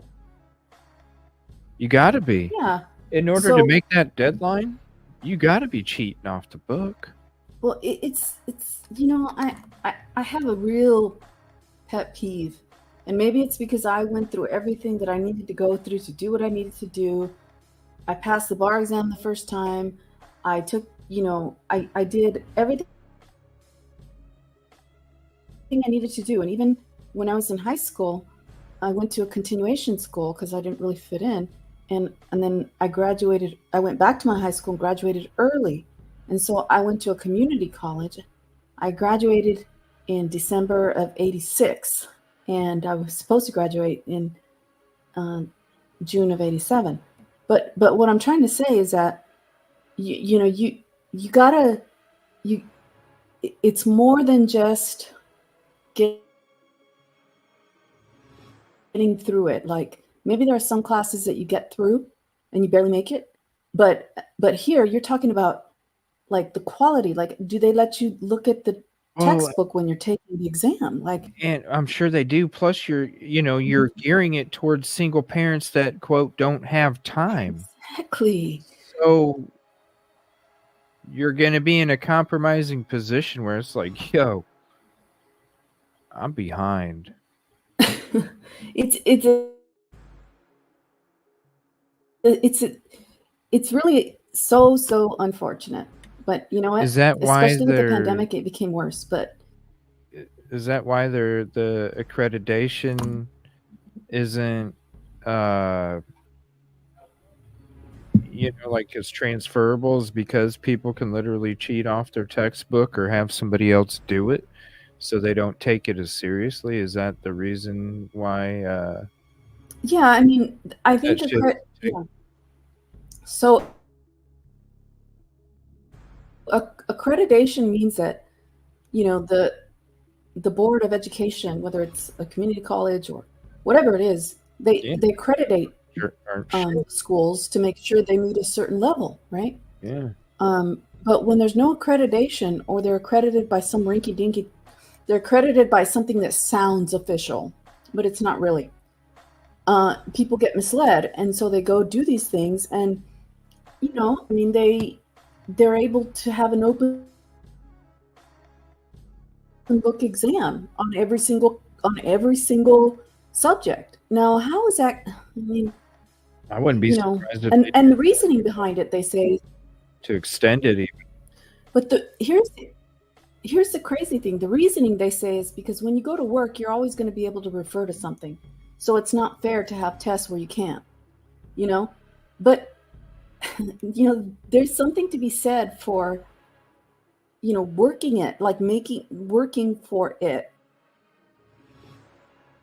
and making sure you understand it and not have to go back, you know, like at least for the classes, you know? I mean, it's just such a classical thing, you know what I mean? I understand that, you know, when you get into the workforce, you can always look it up, but you're not in the workforce. You're in you're trying to get your degree. It's different. And, you know, I mean, this is one of my biggest pet peeves. And, you know, it's just unfortunate. Yeah, they're taking advantage of people that need it. And it's bullshit. And that is a good question. I wonder if they do charge you extra to extend it if you're behind or something. Another way to charge you more. That's a good question, Scarlett. Yeah, it is a good question because I think you can. Probably. We can extend it 2 more weeks. Yeah, you don't get that in college. You get an F. You know what I mean? If you don't finish, you don't take your test, you skip out and say, Yeah, but that's because they're "Oh, I need worried more time." I have all these excuses. You get an F. They're worried more about education than they are the debt. That's the difference. Yeah. They want you to actually succeed instead of just give them debt. Yeah. It is. It's a scam, and I don't see why everybody's so gung-ho about it over there. It's so we're sure that it happened after the Idaho4, this whole University of Phoenix thing. I think No, I didn't say that. I don't know for it sure. did. But right around the same time period, there's an article stating that Scott Green was mentioning the possible talks after he was talking about the cost that the school is going to have to recover from responding to the crime. Okay, so it may be, maybe not. It's right around the same time. Okay. He said, "We appreciate the..." Here, let me click to this article real quick. This is the article here. It says, let me see, on Friday, this is January 31st, 2023. So this is a month after, no, not even a month after the arrest of Koberger. It says, on Friday, University of Idaho President Scott Green made an emotional plea to lawmakers for an additional $1 million to help the school recover costs responding to the crime of the 4 students in November. In front of the Joint Finance Appropriation Committee, Green... Go ahead. No. Go ahead. I didn't say anything. Green asked budget writers to approve Governor Brad Little's request to grant the supplemental money. We appreciate the line item to help us recover a portion of the expenses we incurred in responding to the crime, he said. Green added the majority of the cost went towards mobilizing the Idaho State Police in the crime's aftermath. In line with his questioning of Boise State President Marlene Trump earlier in the week, Senator Scott Herndon followed up by asking Green about the University of Idaho's diversity, equity, and inclusion budget. Herndon asked why the university seemed to spend more money on its DEI programs than others in the state. Green says, "We don't," is the big answer to that. Green pushed back, saying 21 out of their 23 DEI positions were funded by outside sources. He said 2 investigations by a Boise law firm showed the school's DEI budget was proportional to other Idaho institutions. This year, the last year, they found no evidence to support what some say that disadvantages non-minority students and that they are left to suffer, Green said, adding, DEI programs were necessary to remain competitive and to support diverse populations such as first-generation students, migrants, women in engineering, and veterans. Motherfuck my ass is just more money in your pockets. Yeah. What the hell? You go by the questionnaire that they make you fill out in the beginning of the damn form. What do you mean you need money? Yeah. Like you need money to go recruit first generation students, migrants, women in engineering, and veterans? You need money to go recruit? The fuck you do?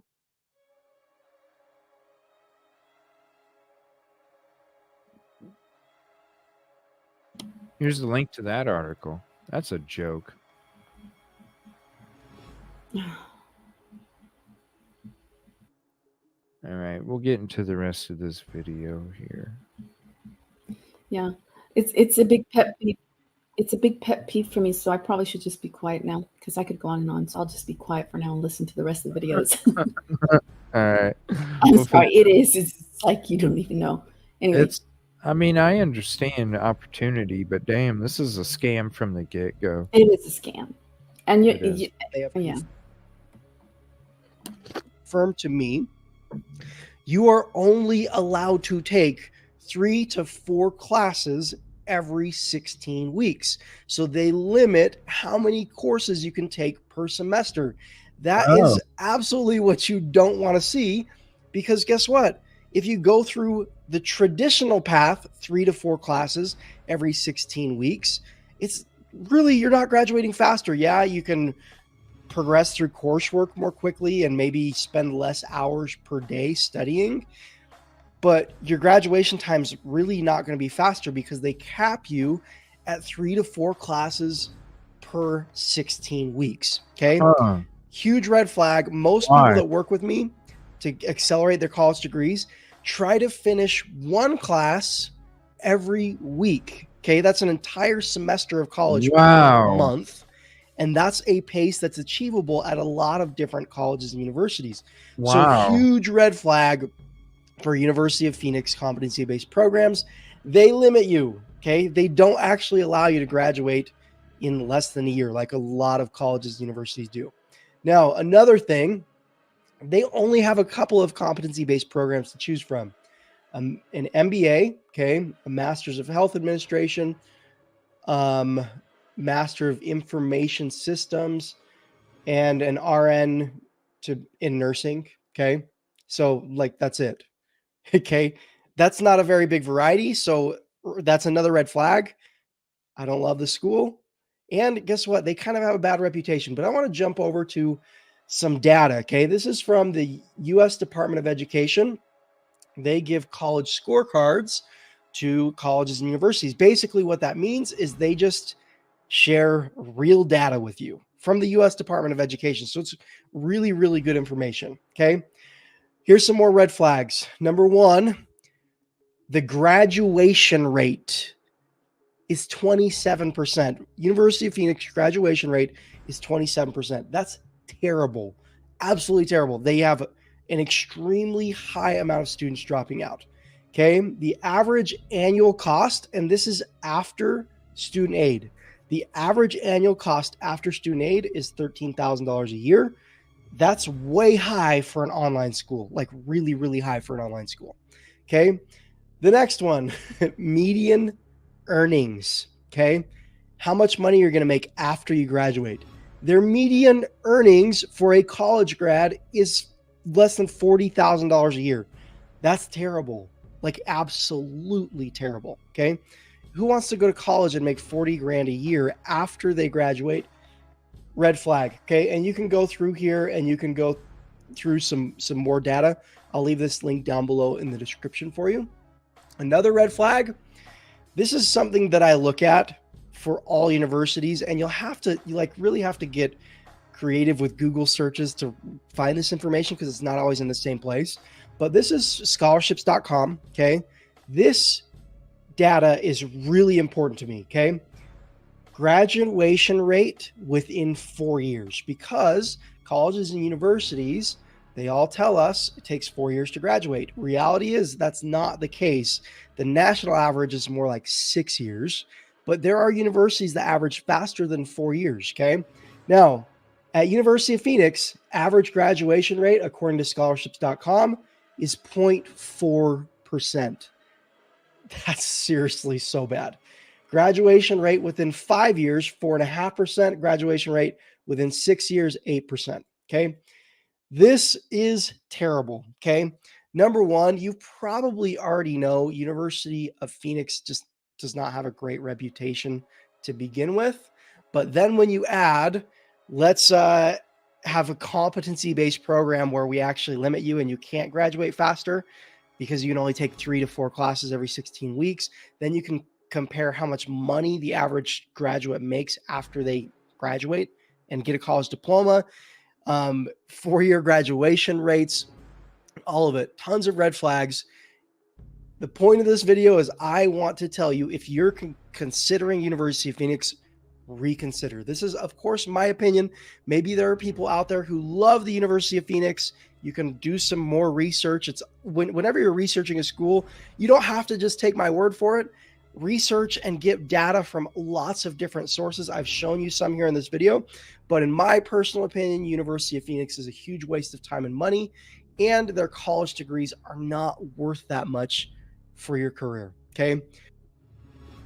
Breaks it all down pretty damn good when it comes to everything. I'm not going to bore you guys with the Welcome to University of Phoenix, the college tour full episode, but I'll share the link with you if you do want to watch it. It's 30 minutes. We're not watching it tonight. I'm gonna We'll get all never worked watch up it. if you do. That guy broke it down all pretty good right there. It's a Yeah, he did. scam. It's a scam. I don't understand. This makes me so mad. I don't understand why they're so gung-ho about this. Why the way that it even was presented to them should already be a red flag. And then they got these and they're just, I don't understand it. The university has to have a stronghold. Why would they accept that?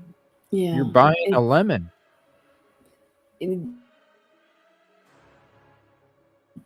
Yeah, it's just pretty bad. I mean, it's just bad. Yeah, I don't know what to say, but other than I don't really want to get too worked up about it because it does. It makes me sick. You're good. We're gonna watch. Since you're up here, I'm gonna go to that Law Offices of Andrew D. Oh Myers. yeah. And watch that one video from a while back that we didn't get to watch. That was the 10. The 10 head scratchers? Yeah, I think that's what it was. Yeah. He has a new one out too. Yeah. From Yeah, I saw that. today maybe or yesterday. I didn't see it. I mean, I didn't view it. I just saw it out there. What was it about? Do you recall? Was it about another case or I can't remember. It was about This guy's no, he awesome. did one about another case, but you know what? I can't recall what it was about. I think it was about Idaho4. Okay. Yeah, this guy's awesome. Yeah, he is. So these are 10 head scratchers. I haven't watched this yet because I've been waiting. And he's a civil attorney, meaning he did. I don't know if he practiced criminal law, but based on everything that I know, he's a personal injury and bankruptcy attorney. So You might not graduate he's faster. not but into you criminal will. law. But there are certain things, I mean, that a lawyer can comment on. Anybody can comment. I just like his Yeah. approach. His questions. Yeah. Has the same approach. 10 head scratchers, mysteries to him. Ever since the horrible news came out about Xana Kernodle, Ethan Chapin, Kaylee Gonsalves, and Madison Mogan, the whole case has been shrouded in a lot of mystery. All we know at this point really is what was in the probable cause affidavit and a few facts that have trickled out here and there. But all of that leaves me scratching my head about the case. Here are 10 reasons I scratch my head about this. He's case. so awesome.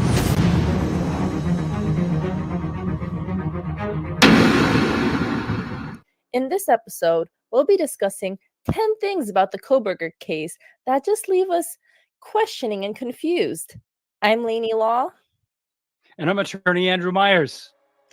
And we have Doug Cope here today. How are you doing today, Doug? Good, very good. Glad to be here. Awesome. So today we're going to be going over some of a little bit of more stranger topics about the Kohberger case that aren't necessarily, foolproof, as some people would think in a situation like this where we have DNA evidence. I put together a list of 10 things that just, when you look at the probable cause affidavit and the few facts that have come out, it's just a little bit off. So, Doug, you want to kick us off here?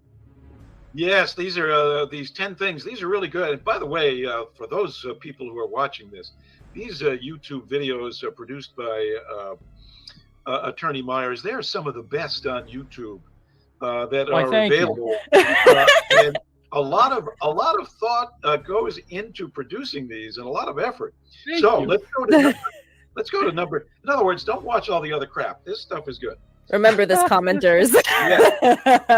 Number 10, an 8-hour delay between homicides at 4 to 4:25 a.m. and the 911 call. That has been a question from the start. Now, as I recall from the, I don't know about the evidence, but some of the the theories in this case was one of the other residents in that home didn't report it. It was Dylan Mortensen that looked out of her bedroom door three times, and she thought she heard a scuffle, which she thought was Xana Kernodle and her boyfriend Ethan Chapin fighting. And so when some people say it's alleged that, we don't know. This is all, allegations. Some people say that she thought it was Ethan Chapin going by the door. And so that explains why she went back to bed. Exactly. Other people, she thought she didn't think anything of it at first, and it took several hours before it was determined, something very serious must have gone on here. Mm-hmm. And the other thing, that the probable cause affidavit itself said that she went into a shock phase, which she had a shock freeze phase. And I just don't buy it because no. I mean, it's possible. No. It's possible. It's not plausible, but it's possible. I mean, you never know how people can react to different things or circumstances that they may see or hear or feel. So, is it possible? Sure. Yeah, it's possible. Is it likely? Probably not.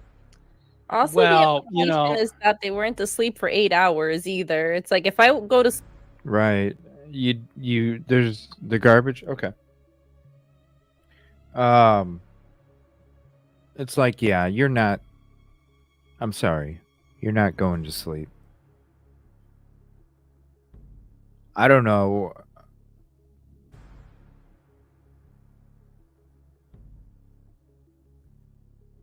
I don't know how you stay inside that house.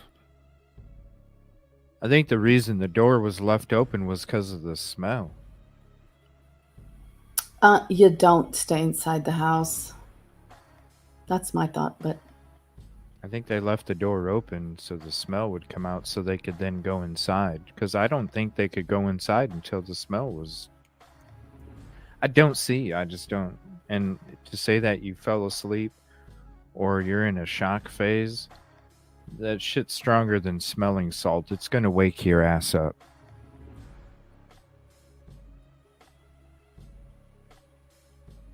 It's going to wake you up. It ain't. Thanks for the information there, Thomas. Appreciate it when it comes to University of Phoenix.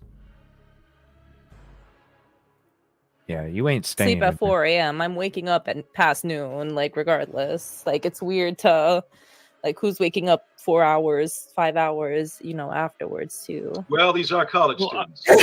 Well, I don't. All right, I don't know, and we really don't have any evidence, but I find it totally improbable for a couple of reasons. One is there have been cases of 5-year-olds and 6-year-olds seeing a crime and they call 911 immediately right away. So that's the first reason I don't buy it. The second reason I don't buy it is that when law enforcement showed up at 1122 King Road, there were several people standing outside.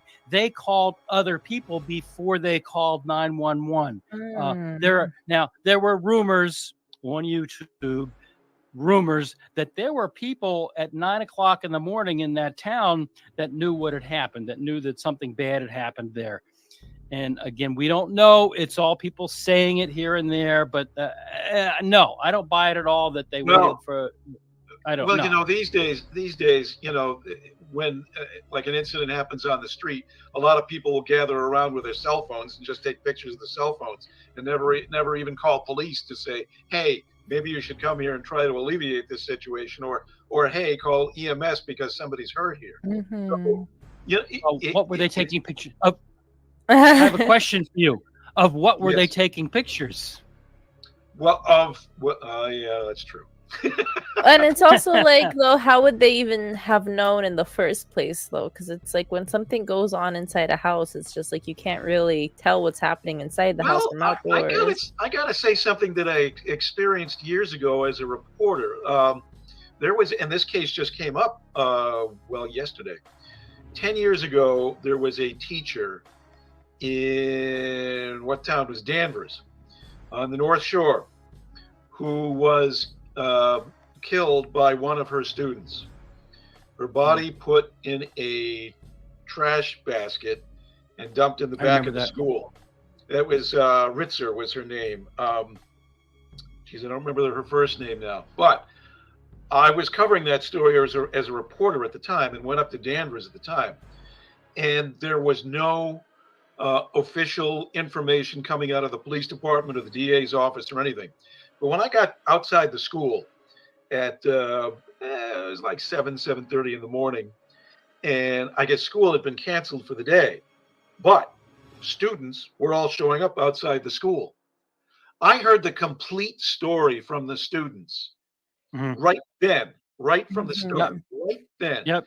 So all the students knew exactly what happened inside that school without any official information being released by anybody. So I guess the point is somehow stuff gets out, and especially now with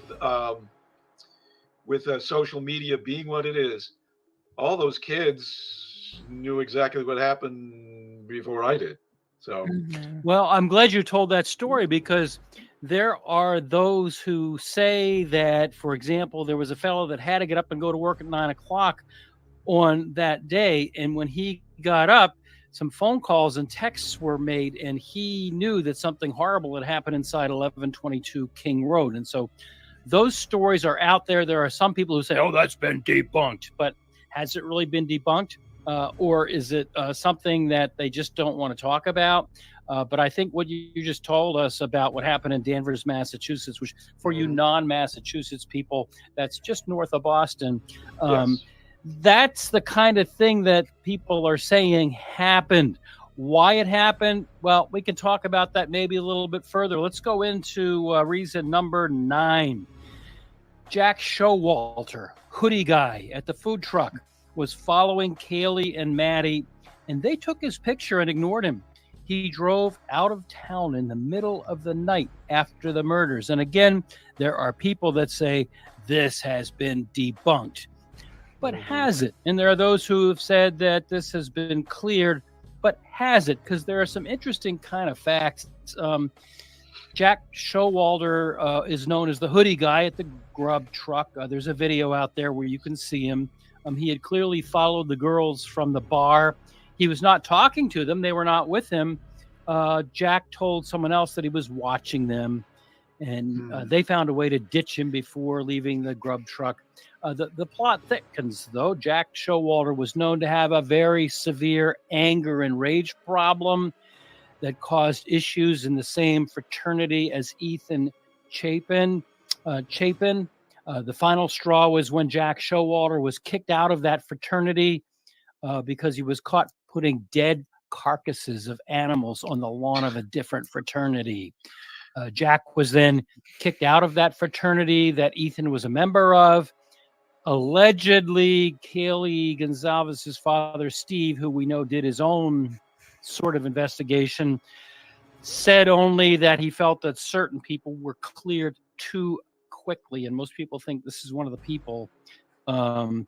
Showalter, hoodie guy, right after that night, in fact, in the middle of the night, took a 5-hour drive to his parents' hunting cabin. It's very suspicious that you drive a 5-hour drive in the middle of the night, after 1:30 in the morning. So the theory is that he took the theory is that he took the knife and maybe a souvenir and took them up there and buried them. So the final thing is that his father then apparently, according to reports, took him to South Africa, where he could not be questioned or asked to give DNA. Now, all of that has been debunked, but has it? And the motive for him is because Kaylee and Maddie ignored him. Is that it? And well, this guy was not only that, not only that, he and Ethan had words. Apparently, they didn't get along, and Ethan was, BMOC in the fraternity, and he had been kicked out. So there was bad blood. So was it bad blood, or he didn't like the fact the girls gave him the cold shoulder? We don't know. Carcasses is also really damning right there too, because it's just like how are you getting these animal carcasses, and what is so deranged about you that you're putting them out there? you know, and Well, he this was is also Idaho, following them. you know. Yeah. Who doesn't have animal carcasses?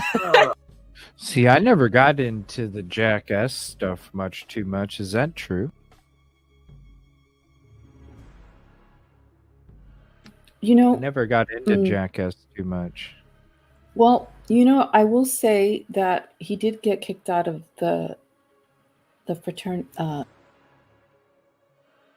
For putting a The fraternity. dead carcass. The reasons why is what I don't know. I know Lana did a show on him a long time ago.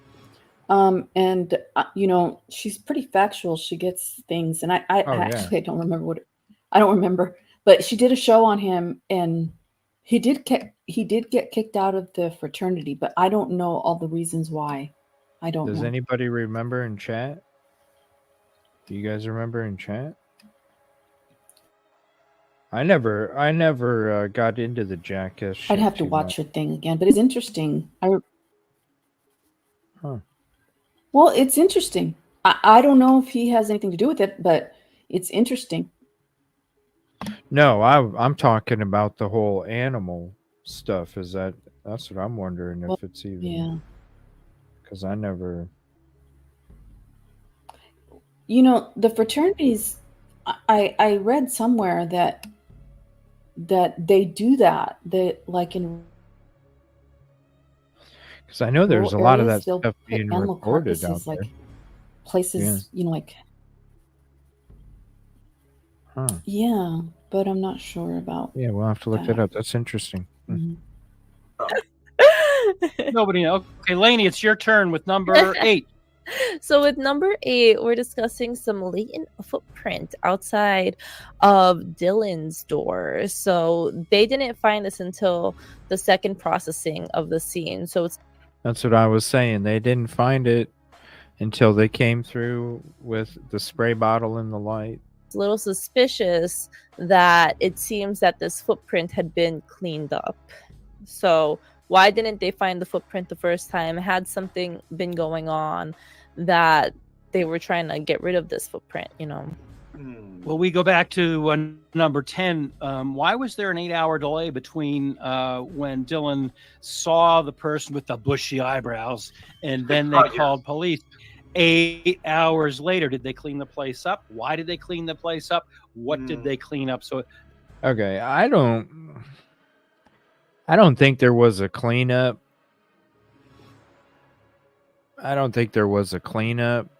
I'm gonna put that as a poll. I'm curious to see how many of you think it was actually a cleanup. I don't, but I hear it a lot. Even in chat, I'm seeing it. So why don't you think it was a cleanup?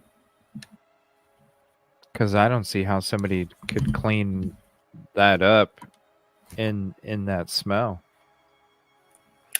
I've been around that smell. I don't see how anybody could even concentrate to clean up anything with that smell. Well, also, if you recall, when you're looking at the when you know the people were in there investigating, law enforcement and the forensics people, they were actually in areas that were outside of the rooms. They were looking at things, and the thing that I remember vividly is that one of the persons had to like jump over a body. So they were, it looked like they were looking in areas that were within the house. So if there was a cleanup, why were they looking there? I don't know.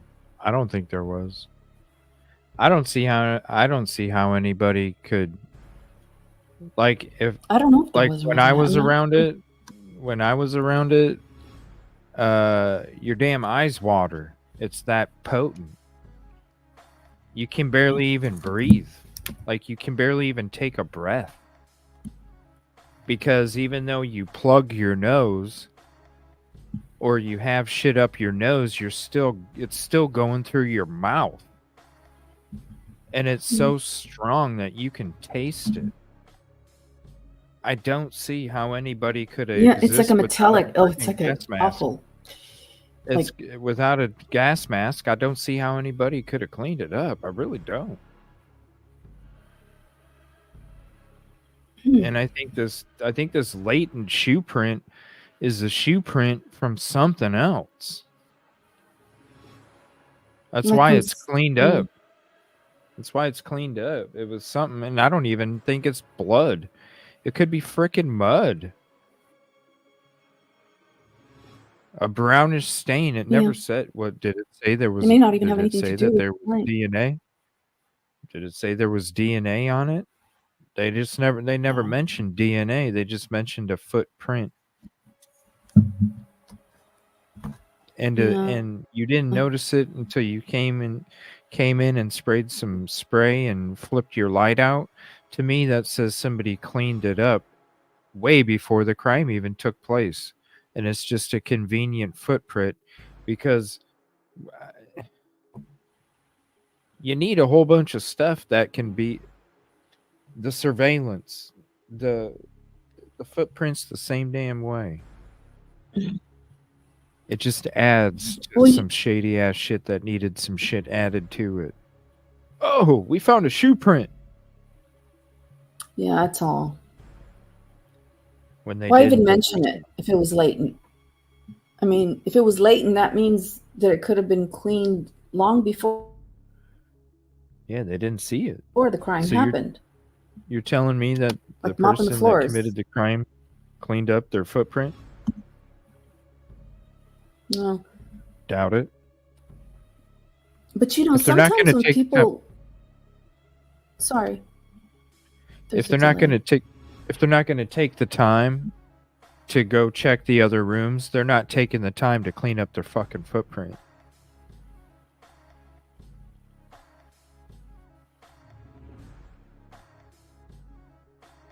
It never states that the person You went would normally downstairs. be able to do. So if they're going to worry about cleaning up a footprint, then they're going to worry about cleaning up the house. True. Before cleaning up a footprint. Staging.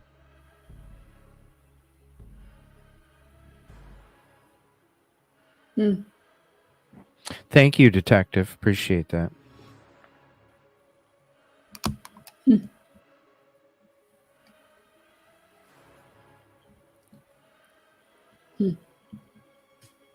Interesting. Well, Yeah, I don't know. I want to see where this cleanup is. What is it? 84% say yes. Interesting. how come I didn't get the poll? I didn't get to vote. Where did it go? It should be at the top of chat. If it doesn't show you, just hit refresh. 84 to 16. Wow.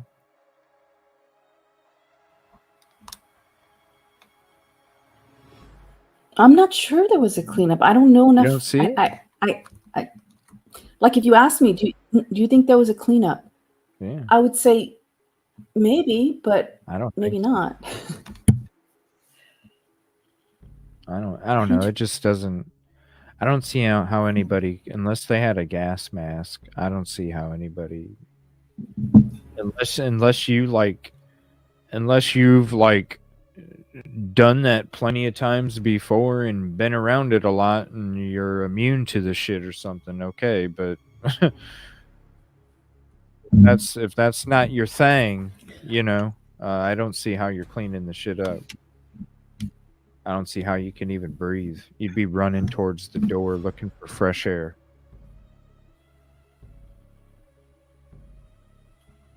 It's just thinking about it. All right. So I want to see here. Cleanup? I don't think so. What The do they bushy think? eyebrows. And then they called police. 8 hours later, did they clean the place up? Why did they clean the place up? What did they clean up? So this is an unanswered question, really. Well, yeah, it is. And I believe you've mentioned also that the cleanup was not done properly. Was not done as it should have been. Well, they cleaned the. Are you talking about the kids or the law enforcement? Law enforcement, I guess. Yeah. Law enforcement went through and cleaned the place once, and then they went back and cleaned it a second time, and we'll have to wait for trial for that explanation. And then at some point, even after that, after the initial, cleaning everything out, they took out all the furniture, they took out all the evidence and locked the place up. Even after that, 3 or 4 figures from law enforcement who were in plain clothes went back into the place. And a couple of reporters were standing outside and said, "Can you tell us what's up?" They wouldn't tell anyone. So there's something that we just don't know about. It's just something to scratch your head about, Doug. That is the curious thing that you bring up. Yeah, that I think is perhaps significant. But just like, okay, so many questions. So many questions. Doug, it's your turn with number 7. Number 7, the ferocity of the attack. Kaylee was stabbed, apparently, 54 times. Now, to my knowledge, they were not shooting a Halloween movie there, nor was Alfred Hitchcock in the vicinity. No. So, that's something I don't really care about. Let me skip ahead. I don't care about that. Get in. And a lot of people I saw in the comments before were touching on the fact that it was a party house, so a lot of people knew the key code, but I don't know as much of Coburg because they knew. Wait, is what right? Because I thought they were ran out when AT showed up with her team. Because we were covering it live. They had the cleaning crew out there, and then after the press conference, we went back to look, and the cleaning crew was already cleaning up and moving out. So what did I miss, Detective? And that's a lot of Jack Showalter episodes. We might have to do just an episode on that sometime. Wow. That's a lot.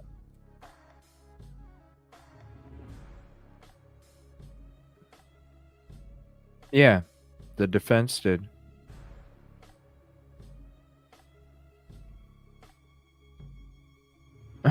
Hey, what's up, Ice?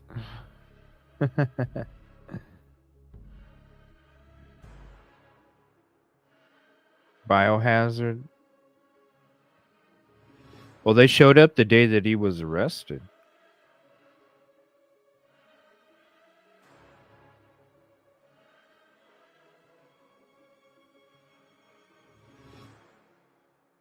JS episodes.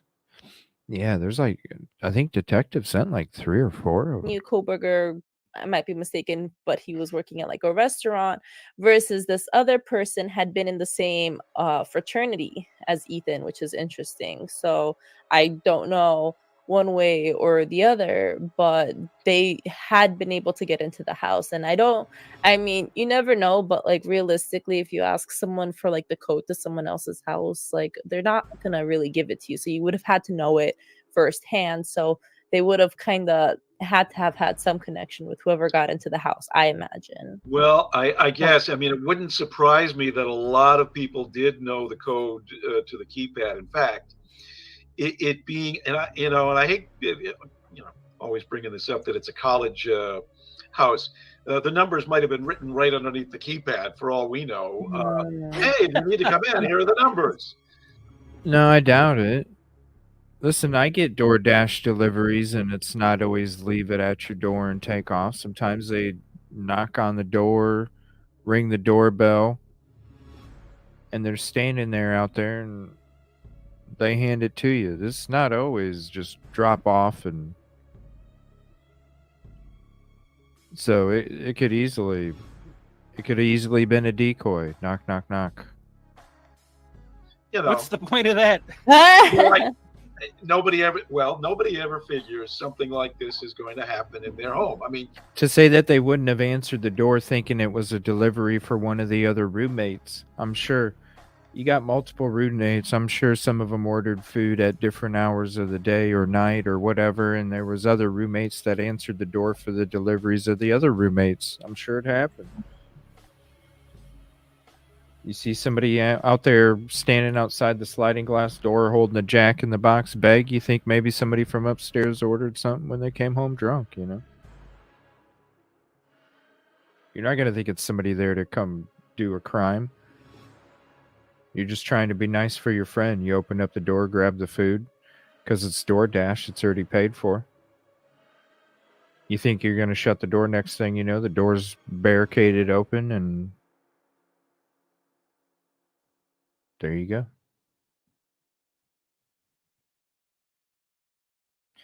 That's from Dot, Pamela. Please don't think that shit's true. I heard that shit coming around again. No, it's not true.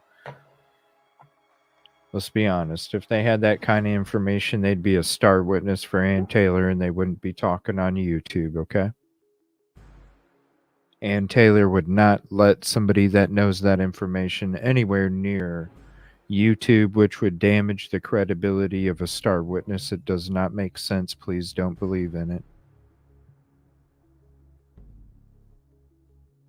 It just doesn't make sense. All right, this is talking about no evidence of a forced entry.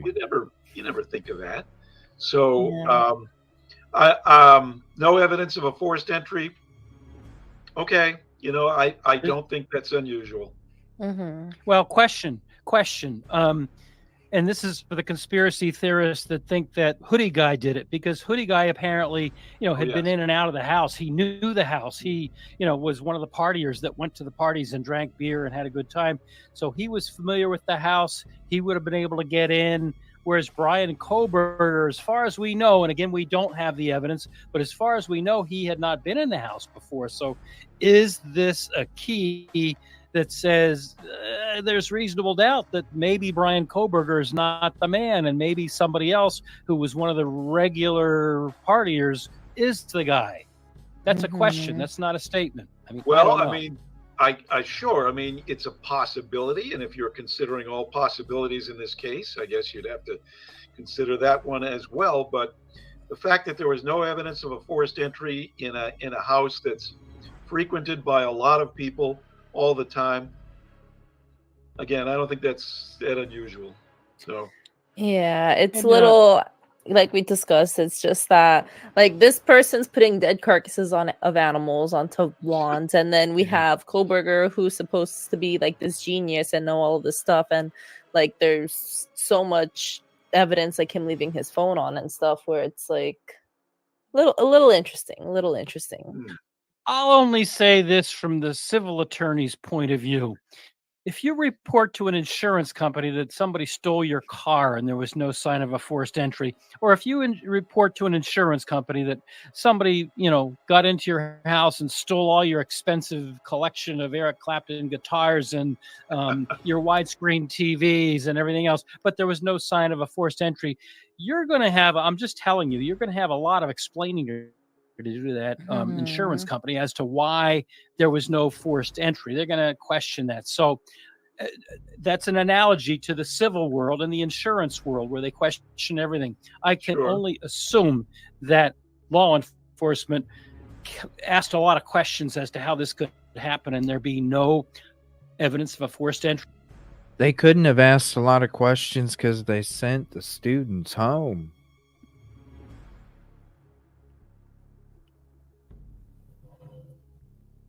They already don't want to talk to you. That's evident from the 8-hour delay. They already don't want to talk to you. What makes you think? They were probably thinking,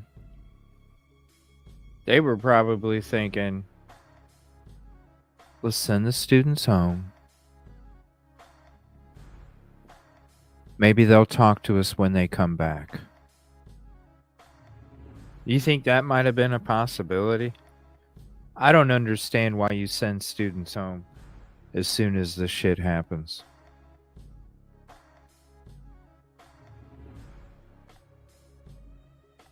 I'm not saying make them go to school.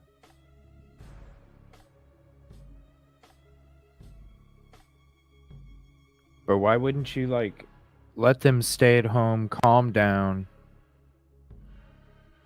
gather their thoughts. Excuse me. Gather their thoughts and sit down and have a comfortable, chill interview where you're talking about stuff instead of sending them home. Because you had so many students to question at the same time, it was a shit show. And so it caused chaos. And so then all the students, instead of opening up, they clammed up even more and were going to take off anyway. So instead of looking like fools, like you couldn't control a situation, you just said go ahead and take off because you didn't want to look like a fool. You wanted to look like a good person. Because let's be honest, if they're fucking going, they're going. They're not going to listen to the president. They're leaving.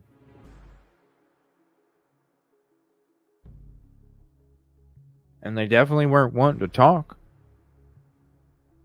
So to say that you could have got all these interviews from these people before the students before they left, that's impossible.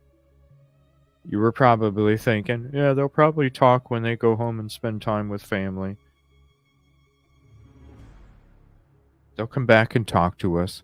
And then when they came back, they never talked to you. So now you just have to sit there and wait for somebody to come talk to you.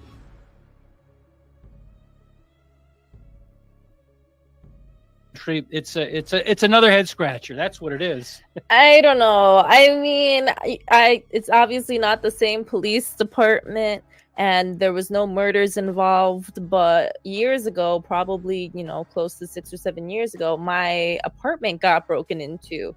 And the cops put in zero effort to find the forced entry. And it wasn't until weeks after that we discovered that one of our windows broken. So obviously there's no dead bodies, but at the same time, there's so much stuff. I mean, oh yeah, Echo. They even, after the new semester started, after BK's arrest, they were even offering class because they were already prepared from the COVID stuff, right?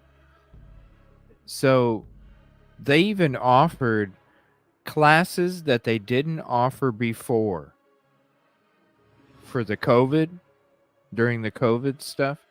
There were certain classes that they didn't offer as online courses because you needed to be in class for certain courses.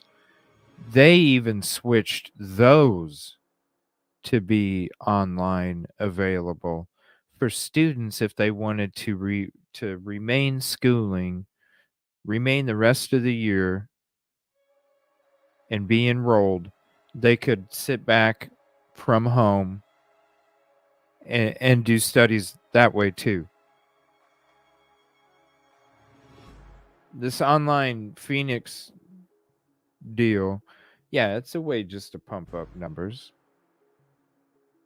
Because it's a collective. They can sit there and claim, oh, we have nothing to do with it, but you bet you damn straight the address is at the Kibbe Dome. They're getting the first $10 million of any money that comes out of it. They're getting it first. You know they're going to add that shit to their books. It's all about the verbiage. They're just thinking people are stupid. And I'm sorry. Maybe you could get away with that shit for all these years, but it's different now. Too many people talk about this shit. As soon as this deal gets talked about and how much of a scam it is, watch how much longer it takes the deal to happen. I hope it don't happen. But they're just trying to pull the wool over people's eyes until it's too late. And they're doing a damn good job of it. As of a week ago, they're a step closer.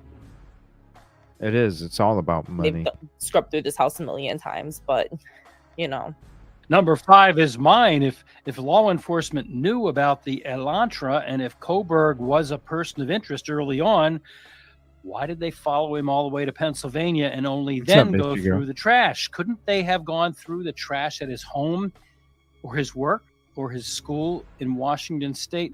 I guess the point of this is they did all those things that are in the probable cause affidavit. They had it nailed down to a white Elantra, and they had the Elantra going around the house 12 times and then once the day after. And so they had some DNA on the knife sheath, but they didn't know what to do with that. Couldn't they have gone through the trash at his school or at his work or at his apartment? Why did they have to tail him all the way to Pennsylvania? I don't get that. That is a little strange. That's very strange. Well, obviously they tailed him all the way to Pennsylvania because they didn't think they had enough evidence to press Right. against him at the time, and it was a fishing expedition. We go down to 4, and this one's yours, Doug. Yes, if Brian Kohberger really learned how to commit the perfect crime, studying under Dr. Ramsland, who knew BTK from writing a book about him, getting a master's degree in criminology, and now studying in a PhD program for criminal justice, why did he make so many mistakes? Taking his phone as he drove by the house 12 times when everyone knows cell phones track us, leaving the knife sheath behind, using his own car and not a substitute getaway car. Now, all three of those things we've talked about previously on this fine program, but why, thank you. It is odd that he would take his own phone because, yeah, it's common now that your phone gets pinged, as they call it, to determine your location. And the knife sheath thing, I've never really understood either. Why that was left behind in that It was DNA the snap on the knife snap. sheet. It was the snap at the very top had touch DNA, which means he just touched it. And then they Yeah. matched that up to his father's DNA in Pennsylvania. Yeah. And the fact that he did But use then- his own car, that could be easily traced to him, that is also rather bizarre. So, it's all these other unanswered questions that, again, make you scratch your head. Yeah. Well, anybody that even watches the movies knows that, a 1930s bank robber movie, they use another Yeah. car, and I'm not saying even you should have Bonnie and stolen a car, Clyde. but yeah, exactly. Use another car, and then you drive it to a garage, and you switch into a different car, and then you keep going, and then that way the coppers won't find you. That's 1930s movies. I mean, come on. Yeah. Anyway. And we had discussed a little bit outside of the podcast. Why you can go on Craigslist and get a beater car for $2,000 cash. It's not completely unreasonable to be able to get the car. And also with the driving by the house 12 times, it may seem, a little suspicious and damning. But at the same time, it's kind of hard to empathize with this in a post-COVID, post-gas prices world. But I remember when I was younger, it's just people would just drive around for fun, and you would drive around the same area and do that for hours. So even though I'm not going to be spending my gas money doing that, you would think that, like you said, it's just if he's been studying this for so long and is supposed to be a genius, why wouldn't you just leave your phone at home if you were going Laney to scope Lowe, I out an area? I suggest that you take up Idaho residency, because I would think that a fence would want you on the jury. Mr. Kohlberger's alibi is that he was driving around. Just listening to some tunes. He's singing in the car, having a jolly good time. Well, I believe it. Attorney Myers and I would remember when you could buy $1 worth of gasoline and drive around all night. Oh my God, no universe for me, and not in my Oh, yeah. lifetime.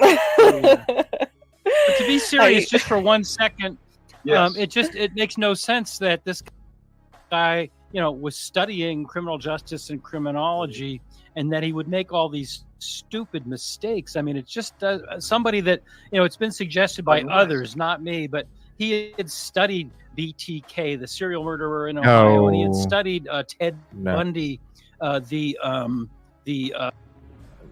I thought he was gonna say that he went and visited BK and all that other good stuff. No.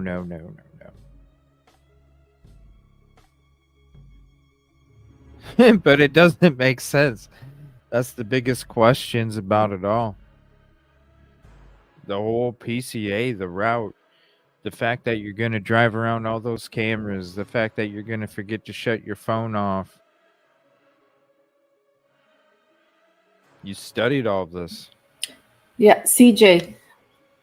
Yeah, from the very first time I called your show, nothing has changed. I mean, I remember we went over that. We're like, how would this guy drive Yeah. when there's so many cameras.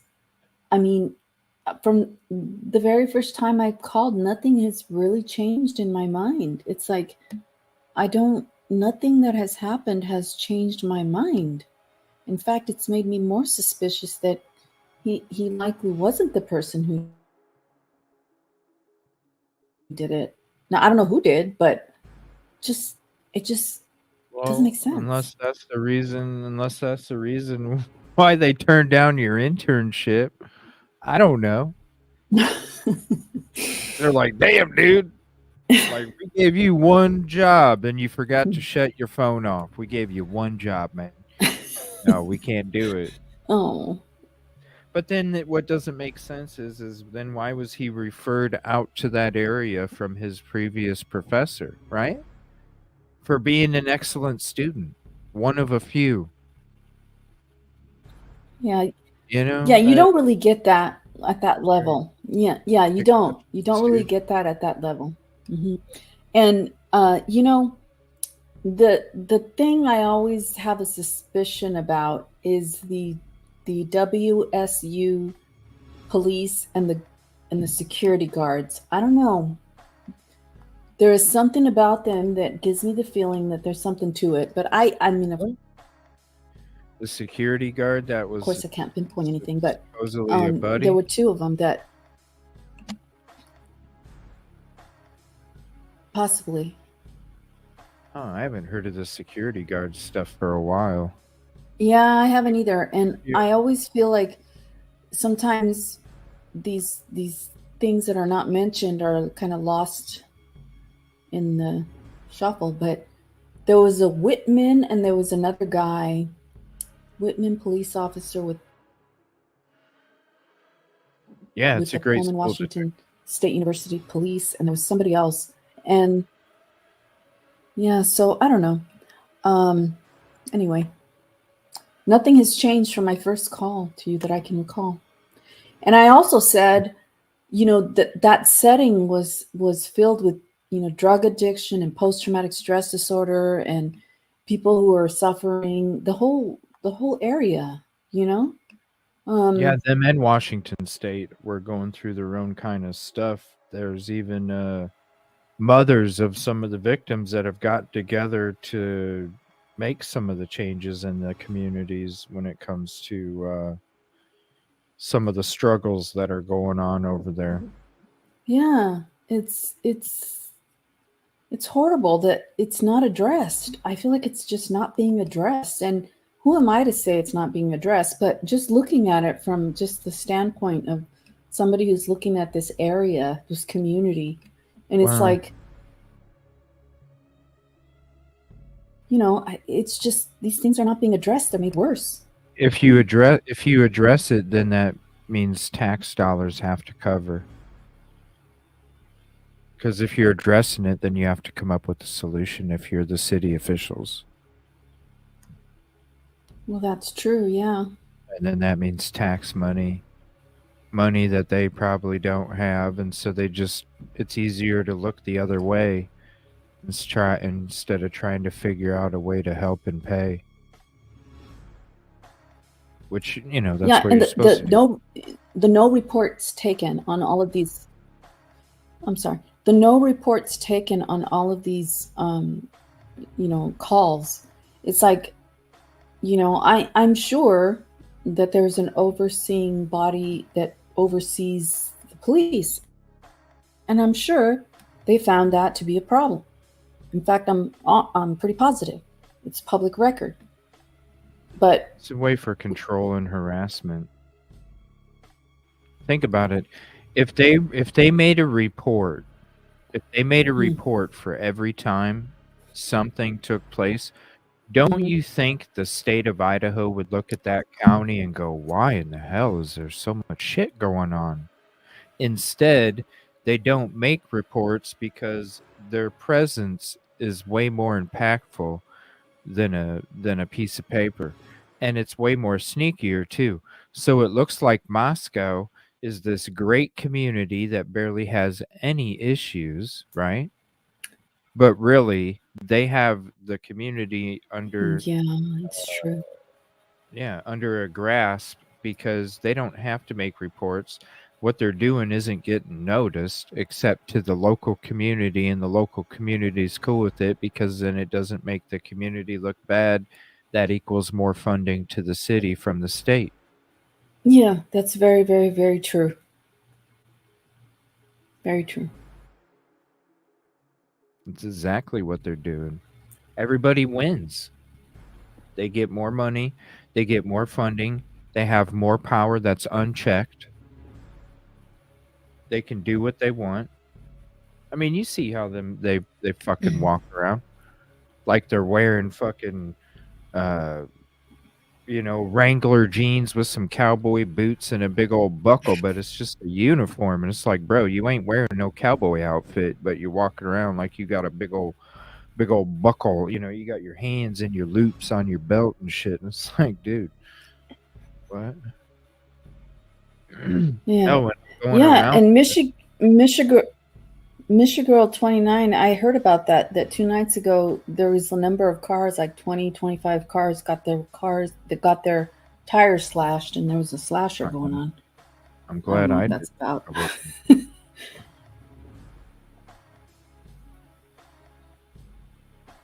Anyway, very interesting. Right, Echo? It looks like solid policing, low crime, and who gets more money? Who gets more money from the state? Think about it. It's why schools don't report bullies. Because the schools that report it's a negative mark on their report card each year. Just like all the calls or all the reports. It would be a negative when it gets to an excessive point. People are going to be like, well, how come this little community has 10 times as many as this community right next to it? What's going on? Everybody wins in that situation. Serial murderer that started out in Washington State and ended up down in Florida.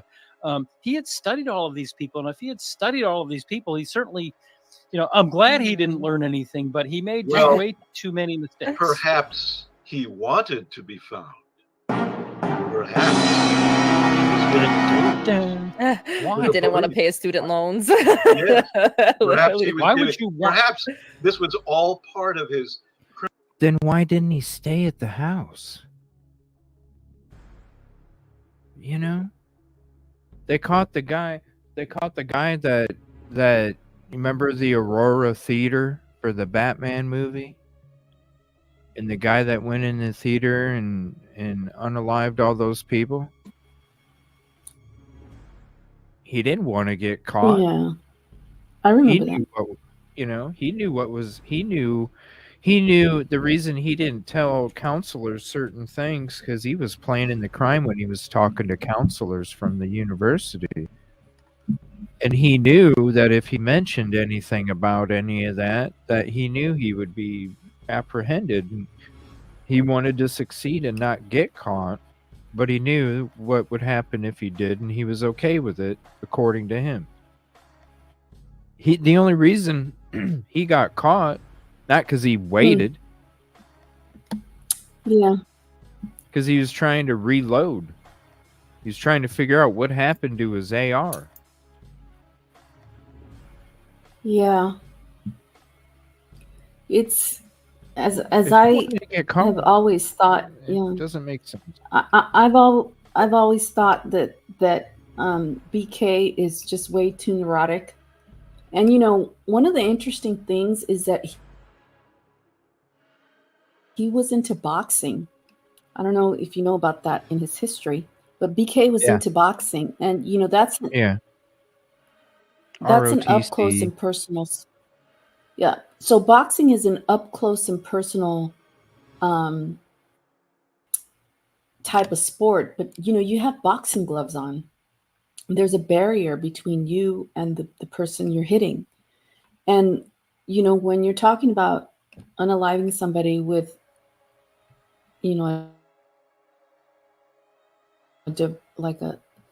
some kind of sharp object or something, unless, I mean, you have gloves on, but you don't have a buffer between you. It's such a personal thing.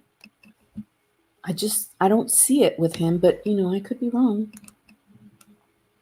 I think he took up boxing to get fit when he was having his weight issues. I don't think it was, because I know that's when he was struggling with all the weight issues and stuff. That's when he became a vegan. Because his friend's uncle was a Marine. Gave him diet tips. He looked at him as a mentor. And then, started to kickboxing, ROTC and such. Just to get more physically active. But when it comes to the study, and he was under Ramsland. I'm sure she taught a lot about BTK because that's who she knew the most about. I'm sure they studied multiple SKs, and when you're talking about the major ones, that's what you're learning. You're learning it from a teacher that is famous for writing a book about one of the most famous SKs. So, of course. Criminology background in testing the police to see if he left all these clues for them. Would they be able to find him and charge him? It's really weird. I was listening to one of the programs about him, and they spoke to some of the other students that he studied with in college in Pennsylvania. And in one of the classes, they actually had a crime lab where it was a building. It was a fake building that was set up where they would go in and they would actually study crime scenes. And they were given a crime and they were told that they wanted to study it until they could figure it out and solve it. So this is a person that has studied crime scenes, at least academically, in school, so that if he got out and if he had gone in a different path, he could have become a really good detective. But so this is someone that has actually studied crime scene investigation and forensics. And so for someone to study this stuff and then get out and, it's unbelievable to me. Okay. Yeah, So now we even on the podcast, I was gonna say, Even Bundy was messy. Who is that damn good to do that to 4 people and slip out the way that they did? You need help to do that. In my opinion.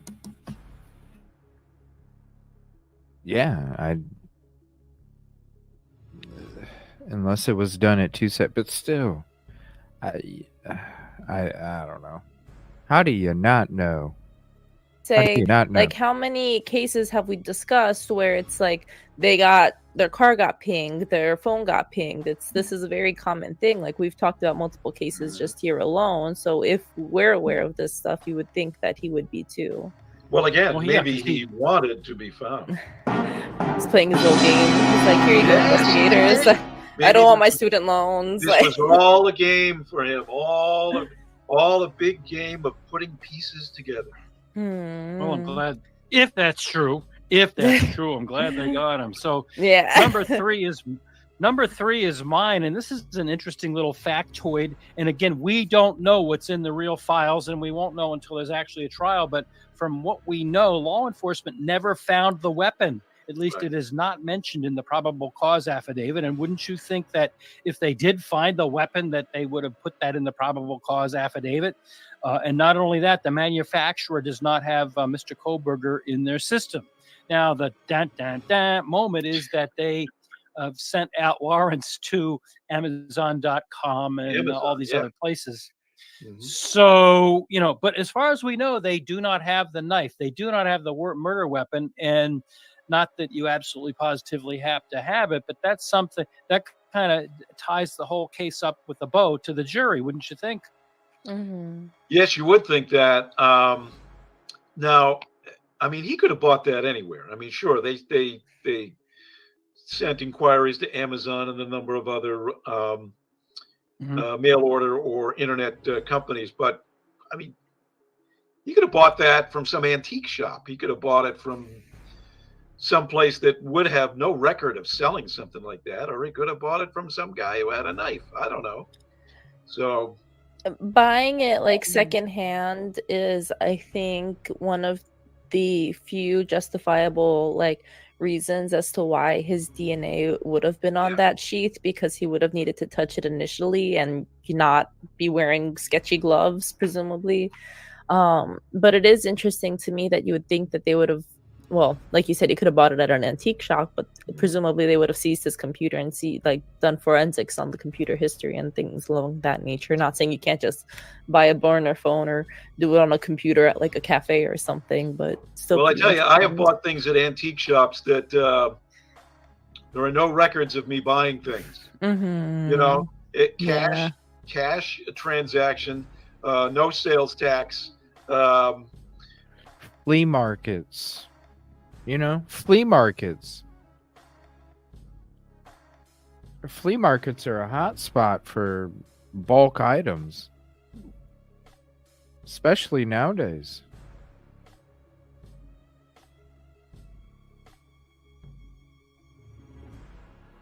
And yeah, I don't think it was necessarily one weapon, even though they don't know the weapon. I don't think it was just one. But we'll find out when trial comes. No, nothing. The Craigslist car. And Doug, you want to tell us, Mr. Cope, you want to enlighten us as to what things you've bought with that? Buy any knives recently? No. But I got to tell you, in people that I do deal with, in aspects, there's no record keeping involved, and it's not in buying illegal materials either. Yeah. I know what you mean. I know what you mean. You know, you go to especially maybe not in Massachusetts, because legally you are supposed to charge the sales tax. But you go into some of these little back places in other states. We won't mention them, but they don't have sales tax. And Deborah, right. I mean, something they have something listed for $15. You tell them, I'll give you a $10 bill. They're like, here, get out of here. You give them the 10. I do that all the time. Flea markets, swamp. Never. I mean, some places, yes, do write out a receipt, and but a lot of places don't. So I'm not saying that it's common, but or that it applies in this case, but it could. Garage sale. Yeah, exactly. Garage sale. Garage sale. Who has a K-bar military style K-bar knife just hanging around in their garage? Again, we're talking Idaho, right? With the animal carcasses. Animal carcasses. Yeah. Okay, number 2, Lainey, this is yours. How can there be DNA on the knife sheet snap, but none at all on any of the victims after a bloody, violent slaughter? And I kind of touched on this a little bit, where had he bought the knife secondhand, that is a little bit more justifiable that there would be a little bit of DNA on that. But still, it was this man who's supposed to be like an expert in the situation, not only is like leaving the sheath, but also leaving DNA on the sheath, isn't aware that he's leaving the sheath or can't find it for whatever reason. But there's enough DNA on the sheath, but nowhere else. It's a little interesting. I know what people are going to say. I know what the critics are going to say, and sure, go down in the comments and tell us. Let us.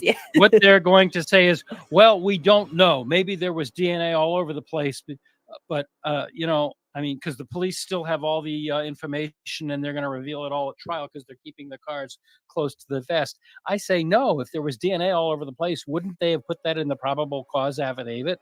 Would have made more sense to me. I don't know. Yeah. Number 1. Ooh, look at that nice brown paper bag. Is it a coincidence that Xana's 4:00 DoorDash delivery and a 4:00 start time for the crime? So did a DoorDash delivery person Did they commit the crime? Did they see the crime? What's the connection between the DoorDash delivery at 4 o'clock in the morning, which is even That's a good question right there, and I'll leave it up for all you guys. I've never thought it. I always thought it was for a reason. But that's just my personal opinion. What do you think, Yoli? Do you think it was a coincidence, or do you think it was for a reason? Well, I don't think anything is in this case. So I think the DoorDash delivery had something to do with it. Yeah. If in fact it was from Jack in the Box, I'm curious as to why it was from Jack in the Box, being that there's so many Jacks involved in this case. But I think it has something. I think the DoorDash driver has something to do with it, not maybe directly, but indirectly. Whether the DoorDash driver knew that they were gonna be like a distraction or be some way to get in the house, I don't know. But really, it's suspicious. I mean, there's so many coincidences. You can't like totally say that the DoorDash driver was not affiliated. It was just a coincidence, because there were pizza boxes where that's consistent with Xana talking to her dad and saying they were eating pizza. So why would 4 hours later they'd Yeah, be there were wanting to pizza get boxes out in the DoorDash? garbage. Yeah. Unless they had the munchies, but I don't Well, know. Mishy Girl, that's a good point. That it was, she had heard that it Oh, was for a coffee order, and that would make sense for a delivery that early. That would definitely make sense. Because just because we saw the Jack in the Box bag, I honestly think that was an old. I think that was an old. I think that was an old order. I don't even think it was current, because you look at the coffee cup that was next to the Jack in the Box bag, and if you drink coffee, you know that coffee is like at least I don't know. To me, it looked like it was older than a couple days, honestly.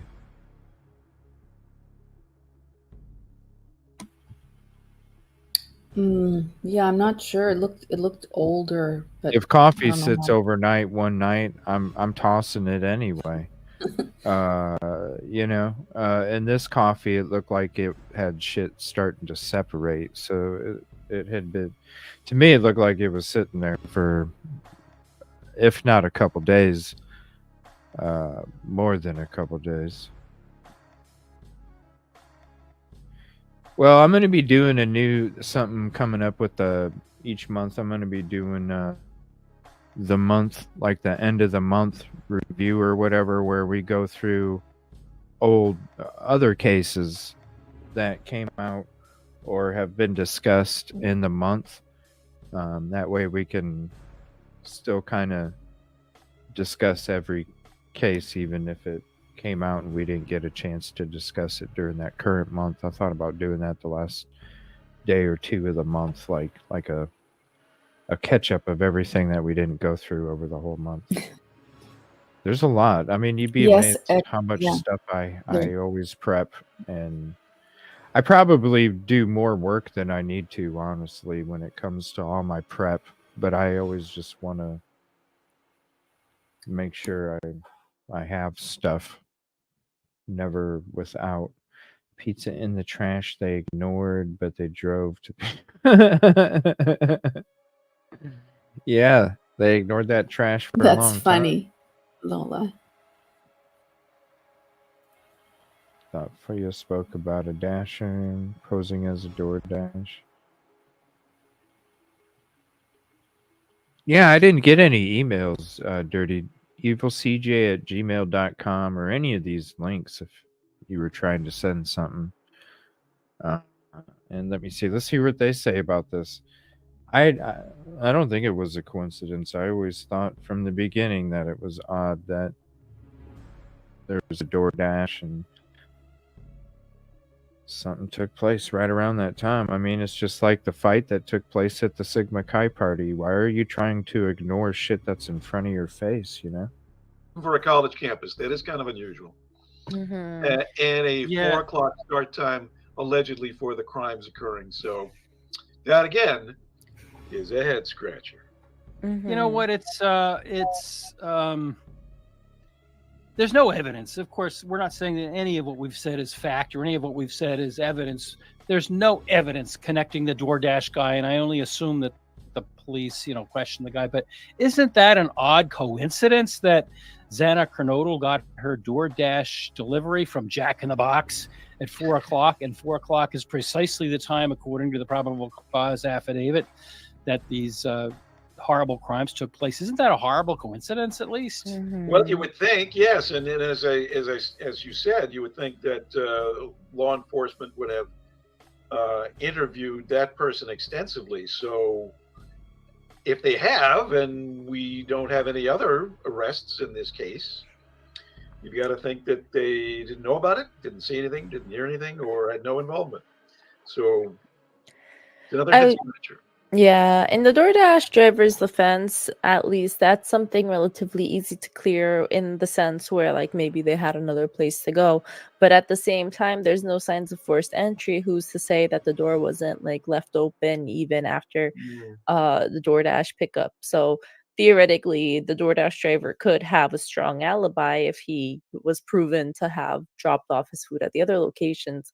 But at the same time, that also leaves more room for maybe the door didn't even have to be locked in the first place.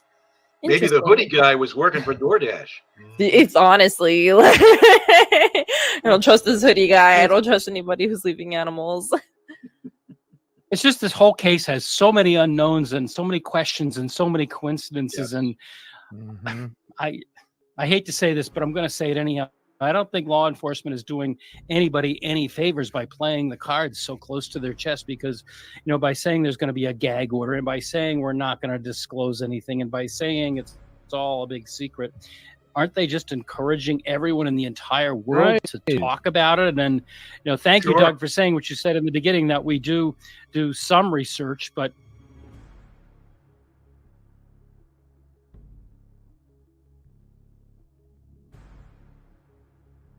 anyone TMZ people are out there, they just make stuff up and they just talk. They have an hour to fill, and I think at least some people are just making stuff up to talk about it, and they go on and on and on and on and on without even any documentation or research or anything. And I think, again, I may regret saying this, but I don't think that law enforcement is doing itself any favor by just keeping stuff so close to their chest, and I know, Doug, you might disagree with me, but by this gag order, I don't think that's really helping anyone.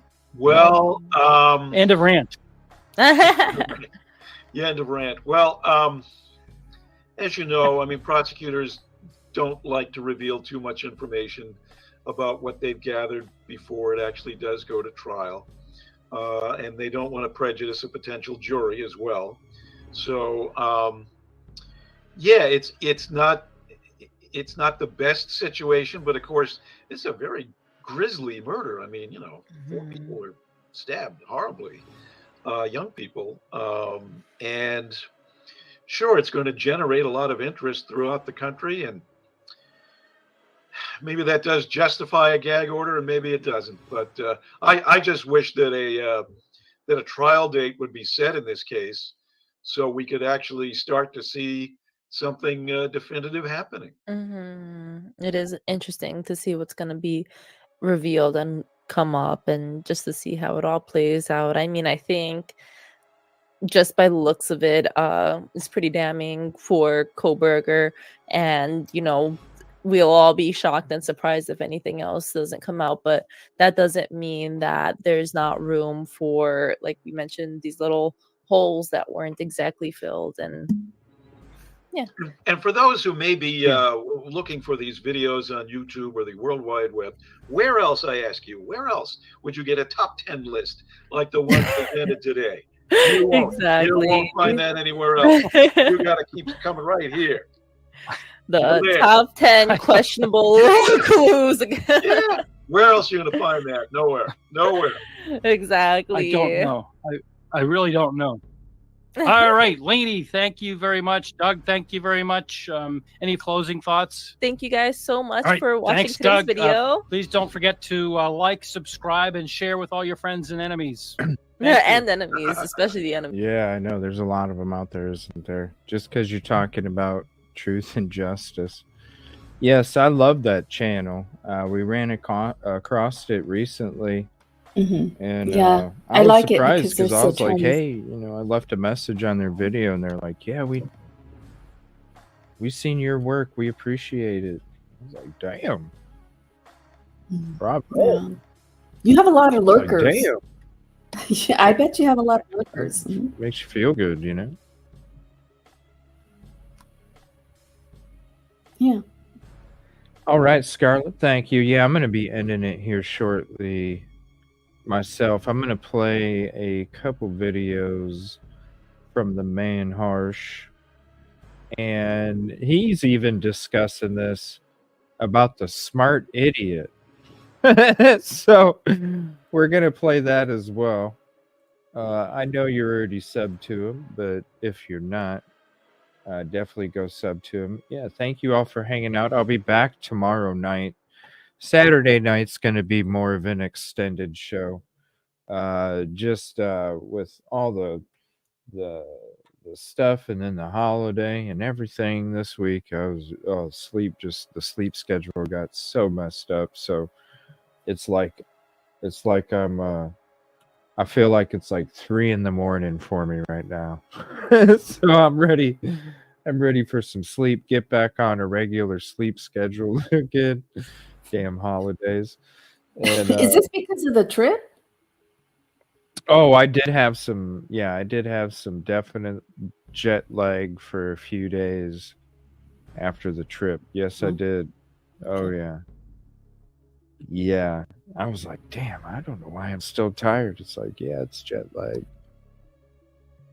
But no, I was doing some updates and stuff like that and doing some things around home.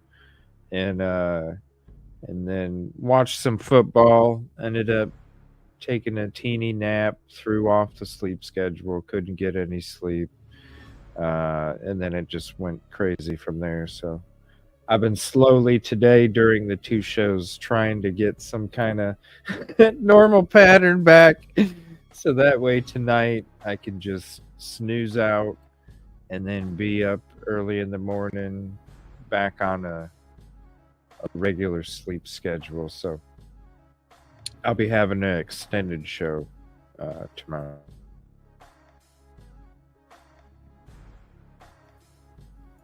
So we'll be getting into a lot more stuff, getting into some of the fresh notes, old notes. We'll be doing some fresh notes, old notes tomorrow night. Maybe talk a little teeny bit about the university, but probably not much.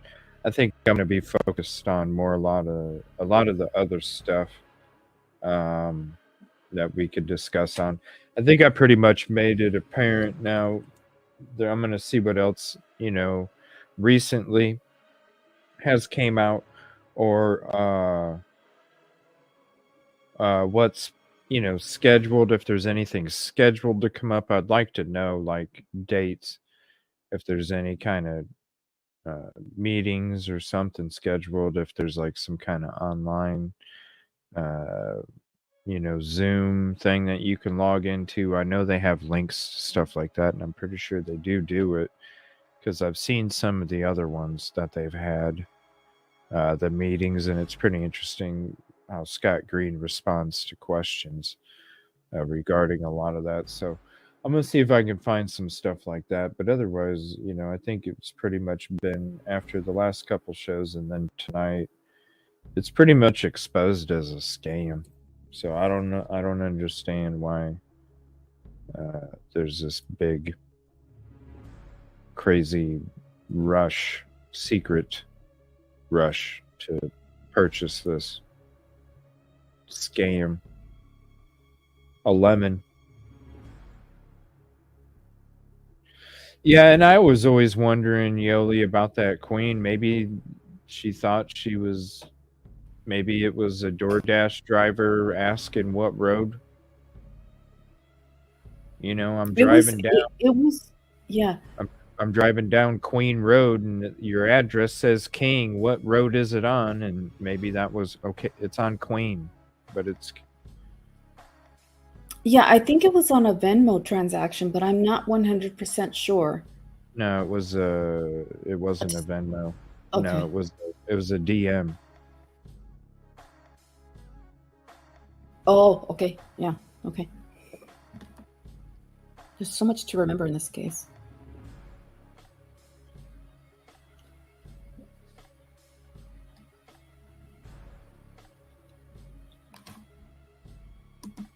Was it a Venmo? Was it a message on a Venmo? It wasn't a payment.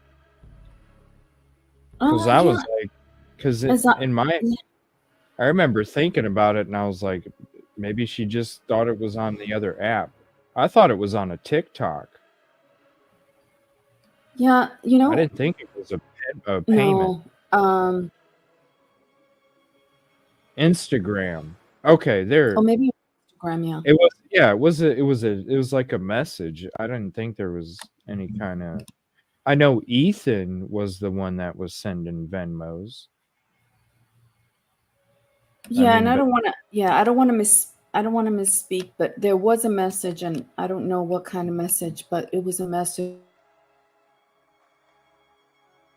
that just Yeah, it just said 3 Queen. Yeah, that's the one that we already said it's on a social media account as a message. Yeah, the 3 a.m. the Venmo was Ethan because he Venmoed a couple. There was what was the other Venmo, Misha girl? It was 3 a.m. and then he Venmoed something else. He Venmoed something else too.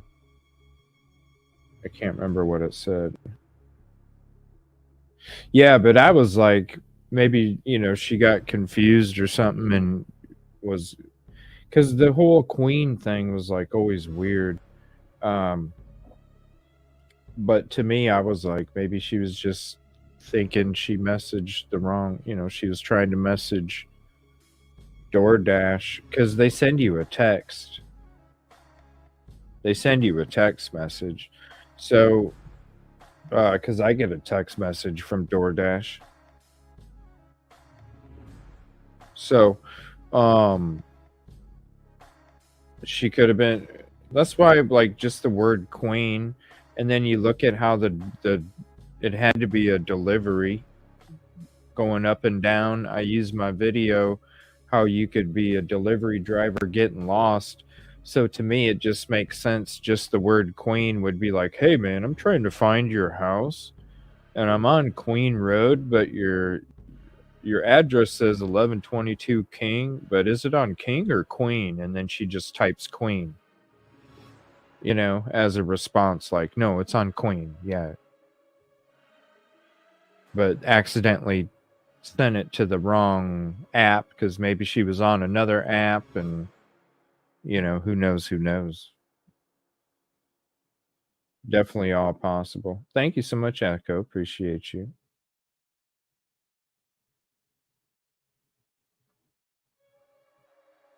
I don't know. That's just what I thought about when the whole Queen. It would just be like, yeah, I'm on Queen. But it's King. Because it'd be confusing to me if I'm looking for 1122 King Road and I'm driving all over Queen. I'm like, what? Yeah, that is true. That she may have been saying, like it's Queen, the street. Mm-hmm. Yep. So this is Harsh, shout out Harsh, talking about Brian Koberger and your reasons for conviction. The smart idiot, right? Joe Dirt, BK does not have a mullet. Well, hello there. How is everyone? I hope you are all well. Good night, everybody. Well, It's Doc guys. now. Well, guys, it is actually Friday today. Now, I think in the live, I thought it was Friday, and it clearly wasn't Friday. But as I've told you before, if you're looking to me for an accurate day or date reference, then I perhaps would get a replacement, as I am faulty as fuck. Anyway, you're looking amazing. That was funny because I was like, when I was in that live, I was like, he says it's Friday, and it had me questioning shit. I was like, damn, is it Thursday here? Like, what day is it? And then I looked at my calendar after the show was done. I'm like, huh. No, we get busy. You know, he's got little ones too running around. You know, it's a busy time. By the way, you must have had a fantastic Thanksgiving. Busy time. I truly hope that you're not too stuffed with. We'll be turkey back and tomorrow trimmings. But anyway, let's get into some meat and potatoes. Like I said, I did a live the other night, and in that live, we discussed the Idaho4 case. We touched on the Delphi case. We touched on JFK and the 60th anniversary of his assassination. If you haven't seen that live and you do have the time to watch it, go and check it out. But I appreciate that not everybody does. And for that reason, I just wanted to touch back on a point, because I asked a question, and that was basically asking people to give us, the people who are still on the fence with the situation, the thing that tells them that Brian Kohberger is guilty, 100% guilty. They've got him sent down a river and feels this is a done deal. It's over. This is now just formality. And the recurring thing seemed to be the DNA. It's all about the DNA being on this sheath, the sheath being left there. So I just wanted to do a standalone video that is already longer than I wanted it to be because of my overly excessive introduction to the point. So I'll just get on with it. That is, look, this knife sheath is problematic. It is problematic. I accept that it's problematic, and it could be what some people are saying that they feel it is, and that is that Brian Kohberger took this knife sheath into this property alongside a knife, and he proceeded to commit this crime.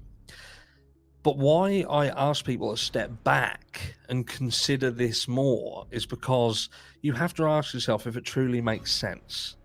And there's two elements to this that we're going to address. That is, first of all, the knife sheath itself and how that fits into the crime and the planning and the action of the event itself. And then the DNA. So look, the knife sheath, you've got to think to yourself, this is somebody who we are told has planned this.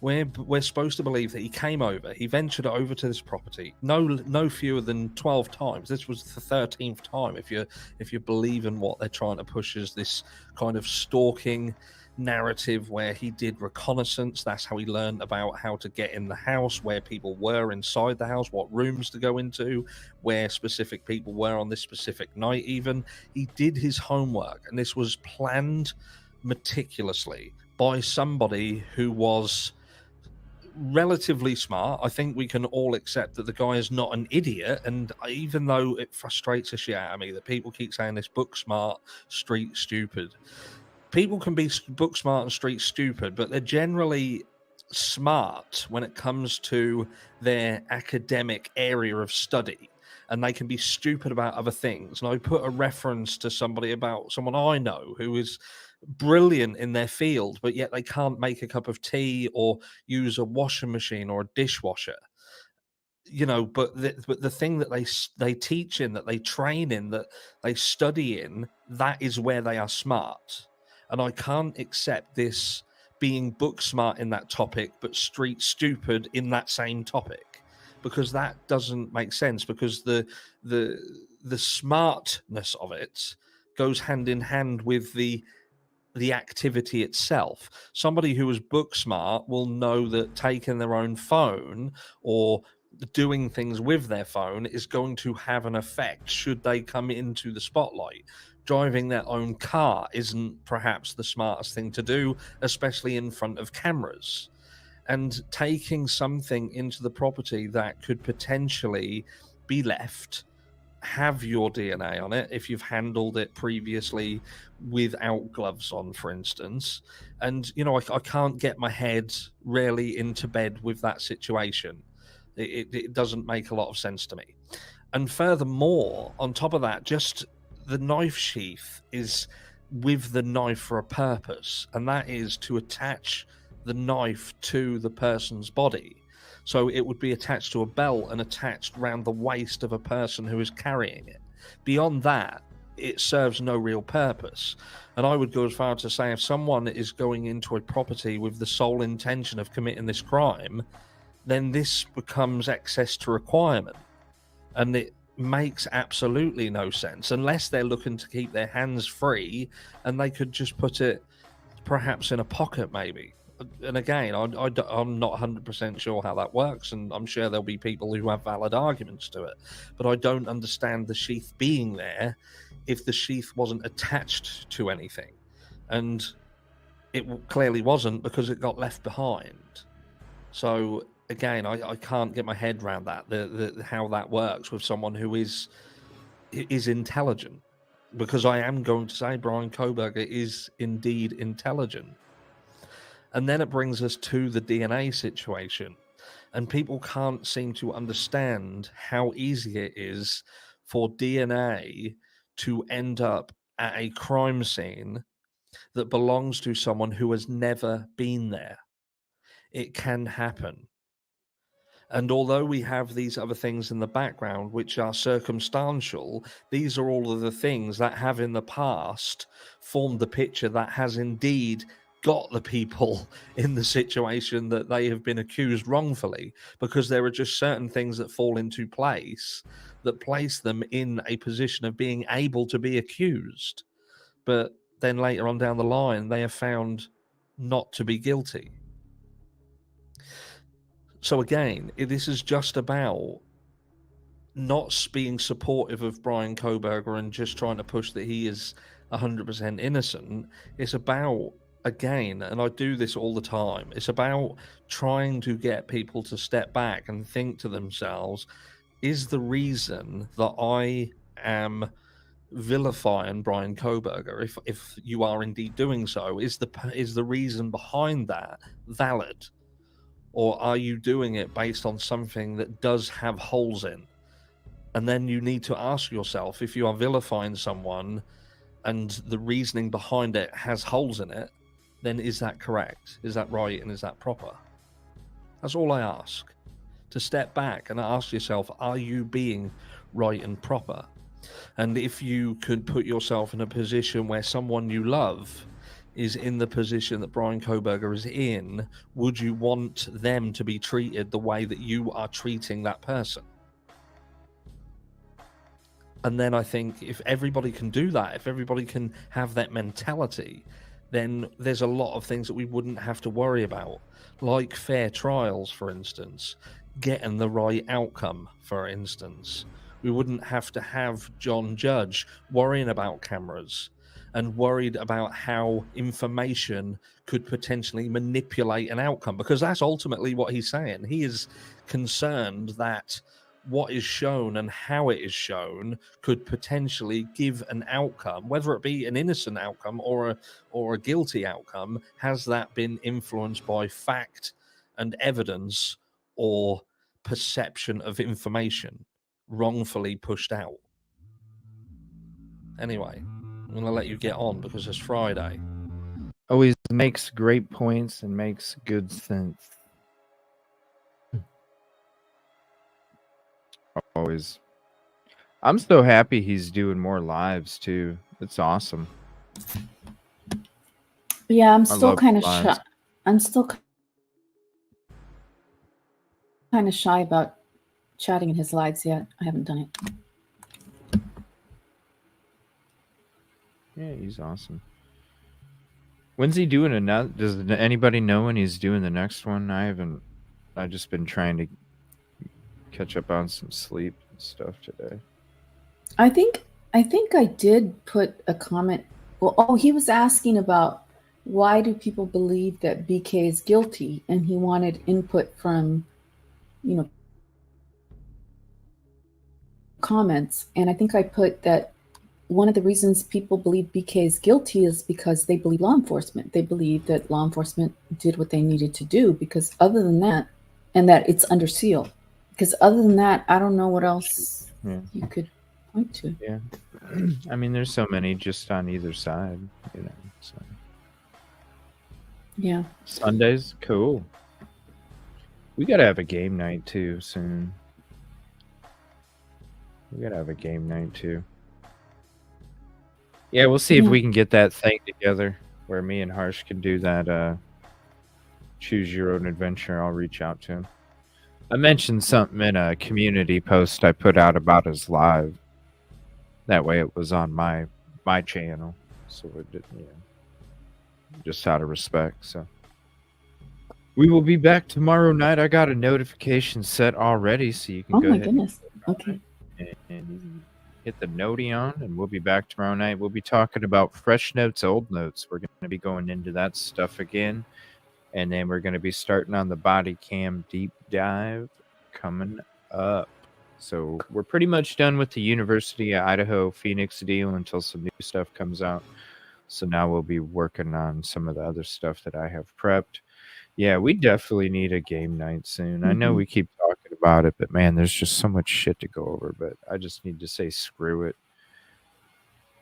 I think Sunday nights was the best nights anyway. So maybe tomorrow, Sunday night, we'll just say, because I know I was supposed to do it last weekend, but then other lives got changed and it kind of changed everything. But maybe Sunday night, we'll just say screw it and we'll just do games. I think that'll be a good plan. All right, everybody. See you guys later. Thanks for hanging out. Appreciate you. Thank you, Yoli. And I will see y'all tomorrow night.